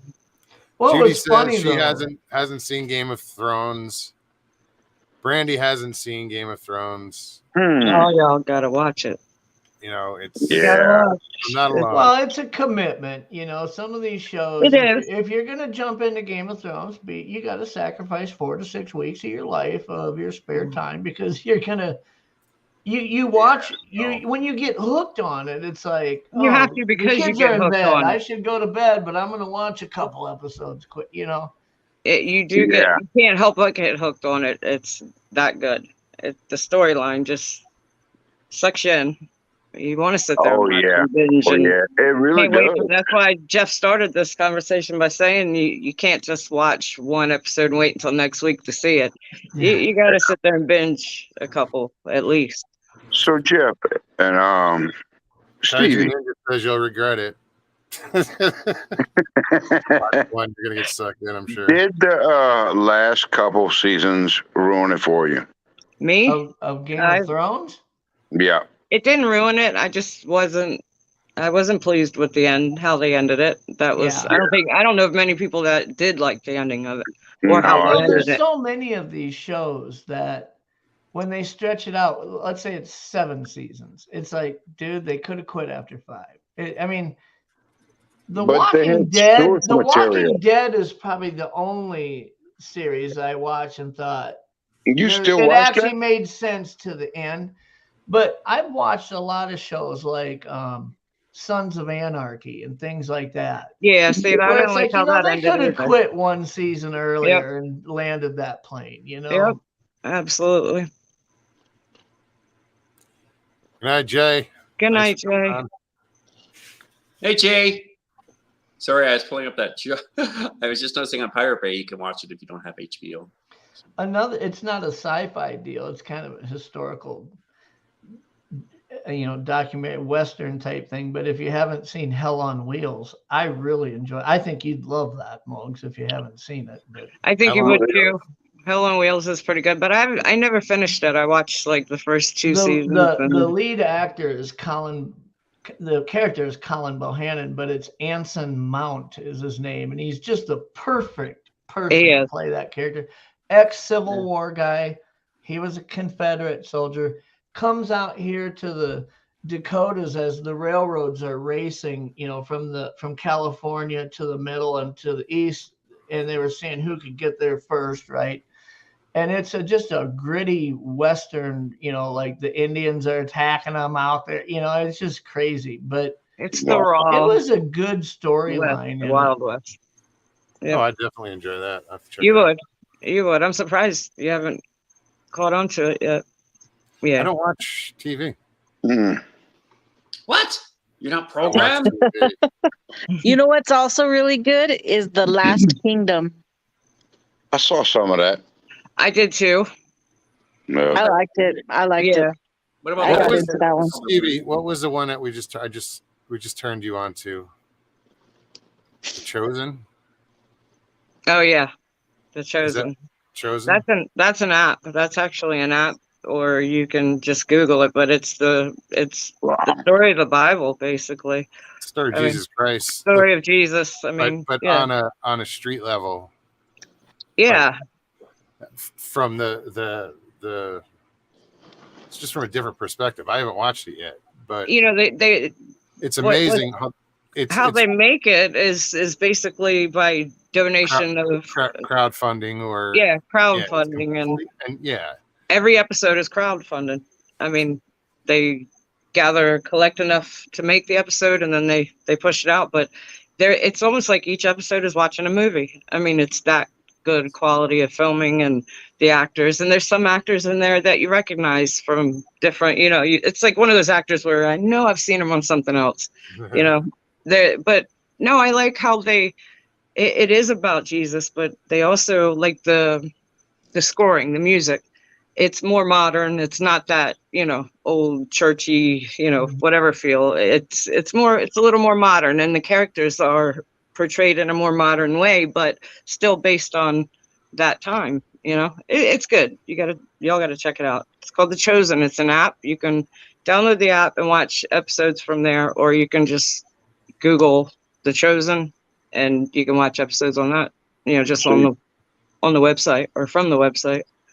And yeah, they've got. I didn't mean to sit here and promote it, but I think no, but it's really worth looking. If you want to see a good story of portrayal of Jesus' story, it's good. It kind of sucks you in, really. Everybody's watch in it. chat naming off all their favorites lately. My sons have gotten into the retro thing, so they're watching all the movies that were big when I was growing up. Like I went downstairs the other day, they're watching Fast Times at Ridgemont High and Alien and Pretty in Pink. I put on Netflix the other night, and they always give you the recommended movies for every time you pop on there, and it was the Blue Lagoon. And I put it on, and it was almost like watching it for the first time. It's been so long since I've seen that movie. It just, before you know it, it was over. I watched the whole thing. Brooke Shields was really young in that. God, she was so young. I mean, she was a baby. Literally. I can only defend the Alien, bro. That was a good show. Alien, and they were watching The Abyss the other night. I forgot how good that show was. Wow. That's good. Man, the Alien shows are really good. Yeah. With Sigourney Weaver. Imagine the Western shows like when we were kids, we used to watch John Wayne. You could never get away with doing a John Wayne movie today. What's really... John Wayne rides into town. He takes off the horse. He goes into the saloon. Where is she? Upstairs in the room. He goes in, kicks open the door, and then she's hysterical. Whoa, what's wrong with you? And then so he slaps her out and she falls in his arm. Yeah, good luck for that today. Leon, what I'm disappointed in is all these modern day Westerns that they make are just so subpar. I mean, I can't believe how many, you look at Netflix or Prime or something, you're like, oh, hey, there's a new Western movie. I hadn't heard of that yet. And you watch it and it's like, the storyline's junk and the acting's bad. It's like, can't anybody, if you remember the Young Guns trilogy, I mean, of course, they had all the big names at the time in those three movies, but they were actually kind of entertaining. These new Westerns that you watch, it's like, man, they just, compared to the classics like Pale Rider. They don't compare. Don't they seem, Jeff, don't they seem too clean? Well, and they're Like hokey. they seem They're like pretty. back They're then too they pretty. didn't take and baths clean. for weeks, you know, and they're Yeah, so all they one, they aren't pristine and gritty enough. pretty and They aren't gritty enough, and two, Take care, Judy. we have the Good night, Judy. same cookie cutter storylines and actors. Like if Yeah. you're gonna do a new Western, you don't need Trace Adkins to play the guy. You know, I mean, he's been in like Or 6 Tim Westerns, and he McGraw, hasn't or done that great in any of them. Although I love. they're He's nice a to look great at. singer, but he's not a great actor, really. But They're nice to look at. okay, here's a question. What's the one movie you saw growing up that damaged you? I got this one. Oh, I The think I told Exorcist. this before. Documentary, anything. What's the The one thing Exorcist. When that my to dad this would day? pick up me and my sister, when my mom and dad finally split up, he got visitation. Weekends were his, so he'd come and pick us up. And on a Friday afternoon, early evening, we'd drive from Alexandria, Virginia, all the way to Baltimore, and we'd get out there and go straight to the drive-in theater. And well, first we'd hit Wendy's. We always went to Wendy's. That was our favorite place to get a burger, because I don't know, back then it was way better than it could ever be now. But anyways, You're kids. my dad would always take us to horror flicks. I mean, it was, Night of the Living Dead or Dawn of the Living Dead or whatever. Texas Chainsaw Massacre was the movie that did it for me. I remember, it was funny because I just had this conversation with my dad and his wife, and she was saying that she remembers me being in the back seat, pretending like I'm asleep, and I'm laying there. I'm like, no, I was scared shitless. It wasn't that I was asleep. I was back there pretending to be. But I remember Texas Chainsaw Massacre. It was one of the gruesome scenes of somebody getting cut up, and we had just went to Wendy's, and they hand me a bowl of chili. Nice. And that was it. That I think that day forever. This is me watching a horror flick. Texas Chainsaw Massacre. But you got to figure I was probably like 7, 8 years old. I think the most damaging movies for me were, and maybe Leon will understand the psychology behind this, weren't the most gruesome. It was the ones that kind of felt like that could really happen. Like that's the most realistic ones. Like The Exorcist. Even ones that weren't that scary. Like, do you remember the movie Piranha? Yeah. I mean, like that shit could Well, happen, Jaws. right? I mean, Jaws ruined the beach and ocean for everybody. Yeah. I mean, I remember what was that movie? Gosh dang it, I was just thinking of it. See, there was like The Conjuring. The Conjuring. It wasn't people getting their heads hacked up. It was just spooky shit that's like, man, maybe that could happen, There was a series of movies. They were more like documentary type stuff that you could rent from like Blockbuster or whatever, and it was called The Faces of Death series. Yes. Oh my God. I remember that.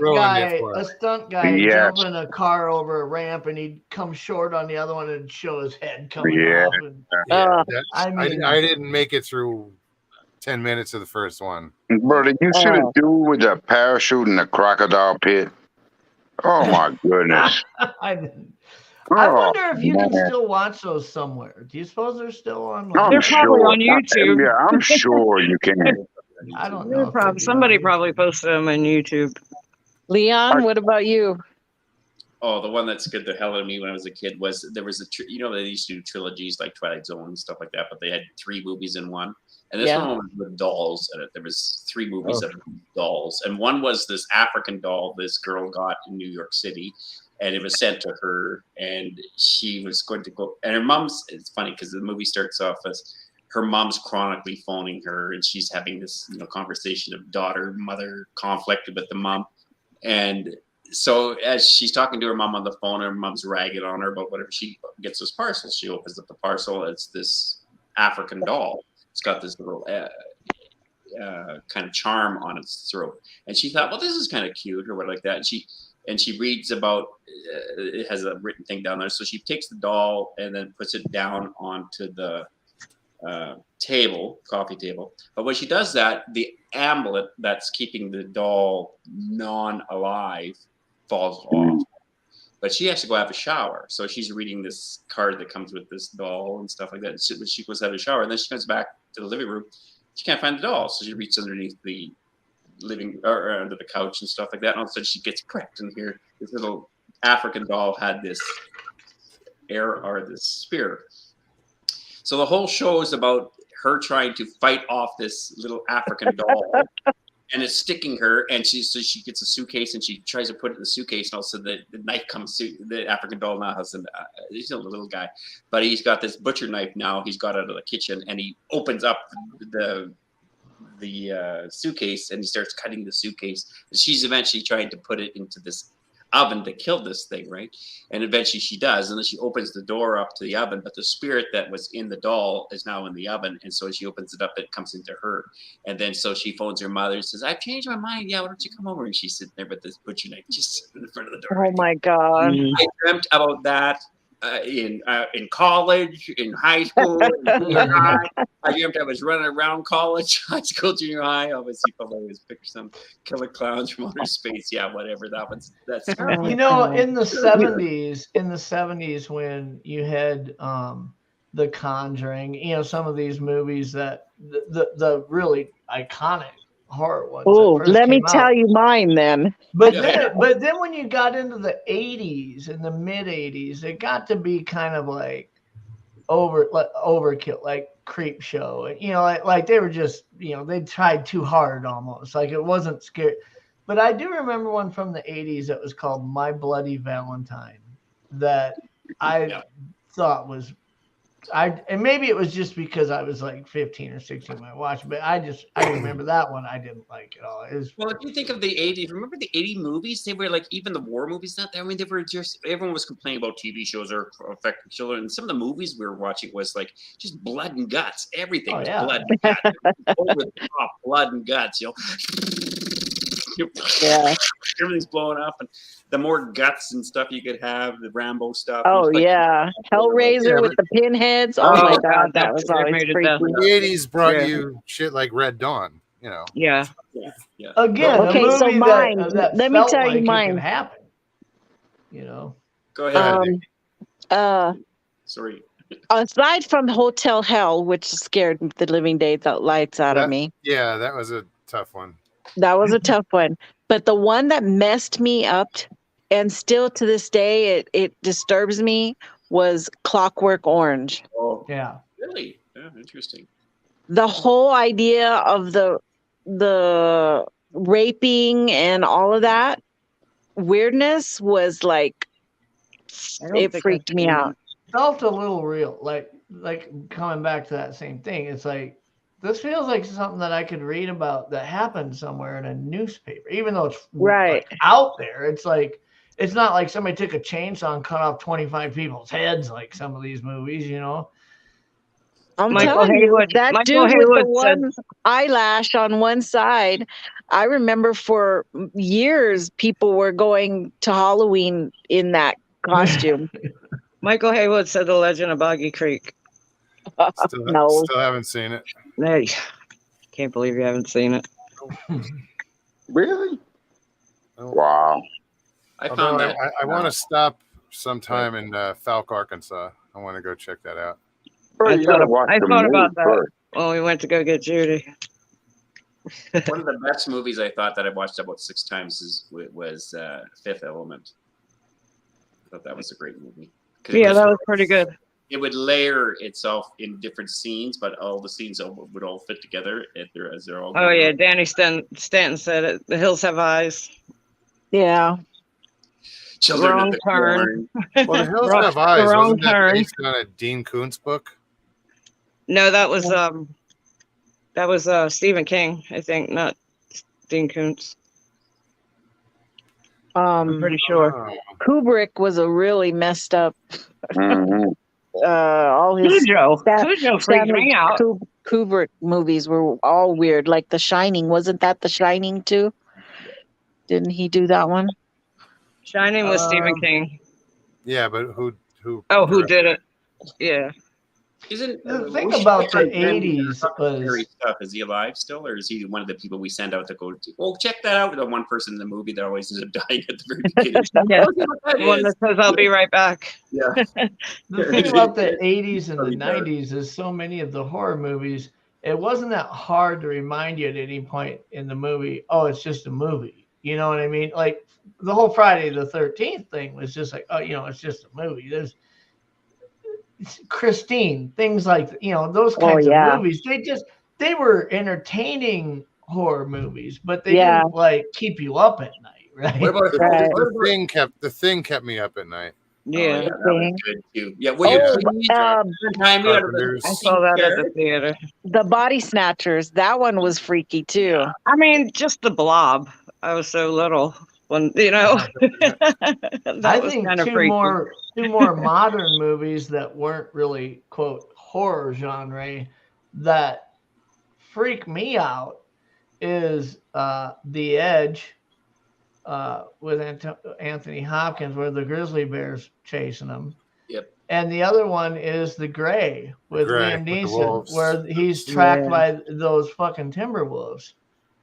And after an airplane accident, I mean, those types of things, they freak that when you hear those wolves start howling at night, dude. I mean, that's as scary as damn near any scary horror movie you've ever watched, because it feels like that you could really be in that situation, You guys ever see Helter Skelter? Yeah. Oh yeah. Helter Skelter, because that was real. That was Yeah, that was. It's too close to home. In other words, realistic. Yeah. And when they make a documentary or a movie like that, where it's, oh man, I can't, that guy was just crazy. Like, I used to read a lot of, like, Dean Koontz is one of my favorite authors. So Yeah, I used to read him too. his mind just blew me away. Just the stories that well, that imagination. what It's kind of just childlike baffling. these kids, these authors have, like Stephen King. And that it's like Stephen King in grade 1. Everyone's pulled all their chairs away from where he's sitting in the room. Where he's coming up with his imagination of death, destruction. I thought the other one was the what was it on the good movie, which was The Mist. Mm. How that one lady took Oh, control yeah, of all the those fog. people. Yeah, like that was crazy. The Hills Have Eyes was Wes Craven. Was what? Wes Craven. Yeah. Yeah. What was the Stephen King? It was a book, and then they turned it into a TV series. It was The Dome, I think. Yeah. Yeah, that was interesting. And I didn't see that one. the series ended pretty quick after the first season. I think they never finished with that. I was a little disappointed, but no, I really don't know why. It was actually pretty good, but the book was one of his biggest books. I mean, it was thick, and I think I read like 3/4 of it, and I never did finish reading to see how it ended.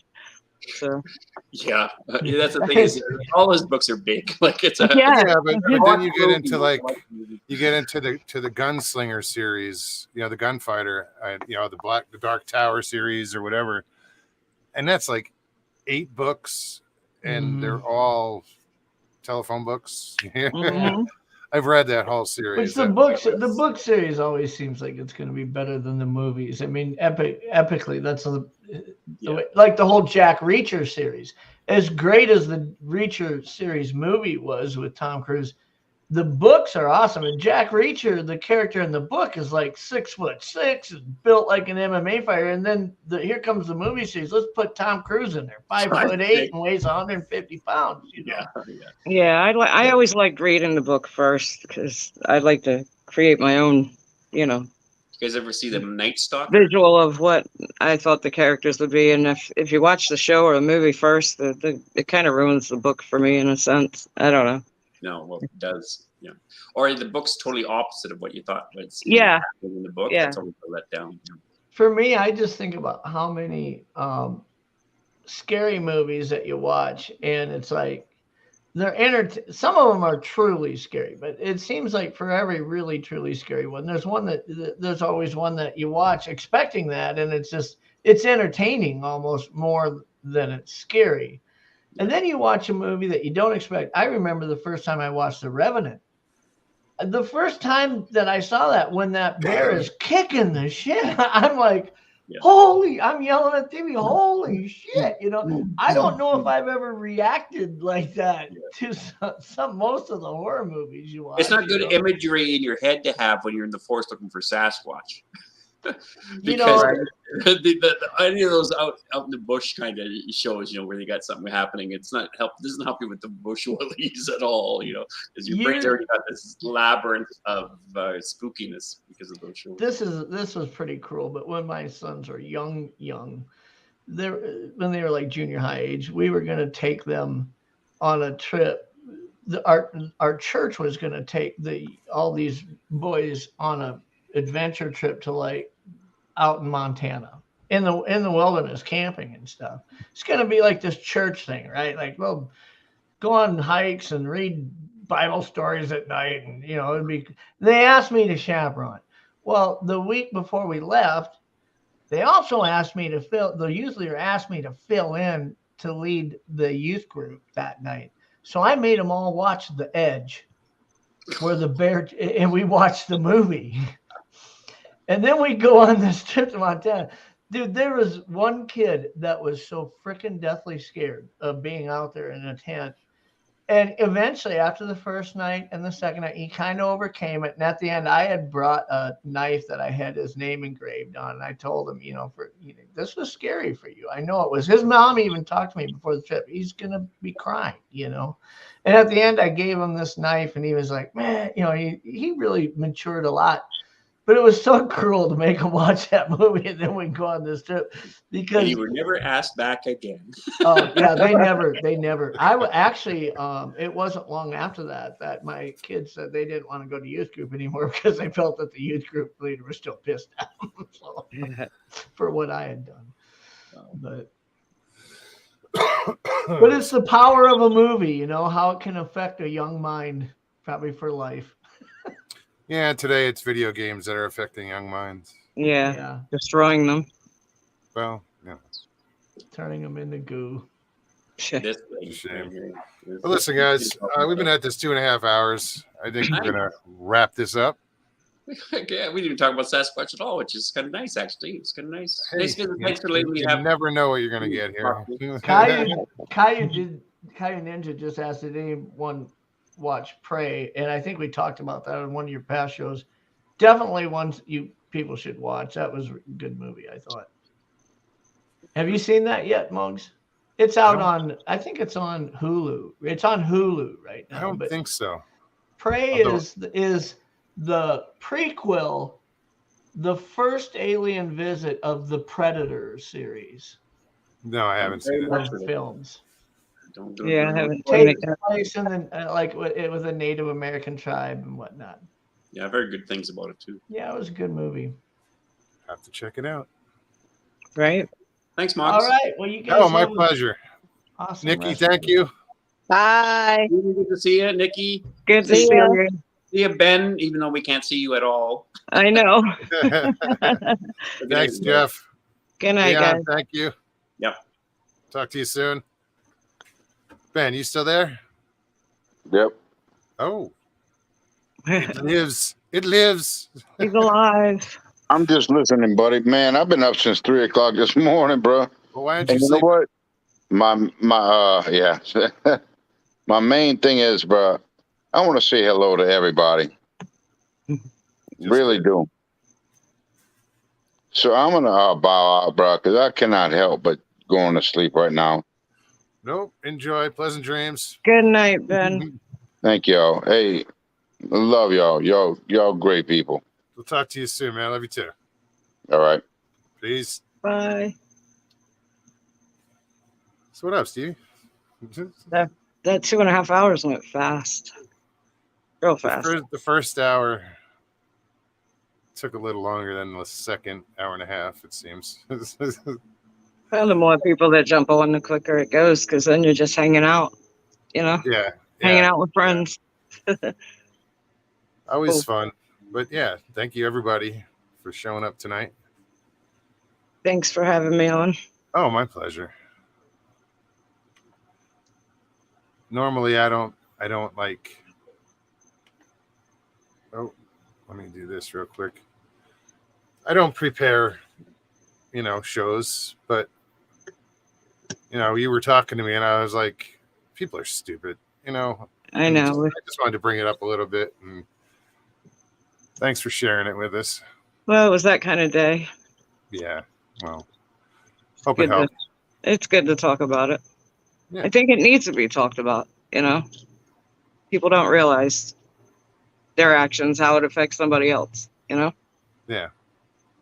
So, Too self-centered. yeah, All self-absorbed. right. Have a good night. Bye, everybody. Talk to you soon. Absolutely. All right. Good night, Bye. chat. Bye. Well, everybody, thank you so much for hanging out. I hope you guys were entertained. Great to see everybody. Whispers from the Dark, how are you? Bunch of people jumped in. Chris Jarvis, what's up, man?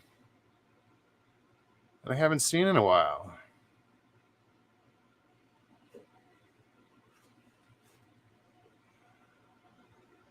But right on, guys. I will be back here on Tuesday. I'm sure I'll see you guys before then somewhere. If you guys enjoyed the show, please hit that like button below and leave comments. Anything you want to say, feel free. I like reading comments. And if you're new, share, subscribe, do all that stuff. All right, guys. You guys have an amazing night, and I will talk to you soon. Peace and God bless.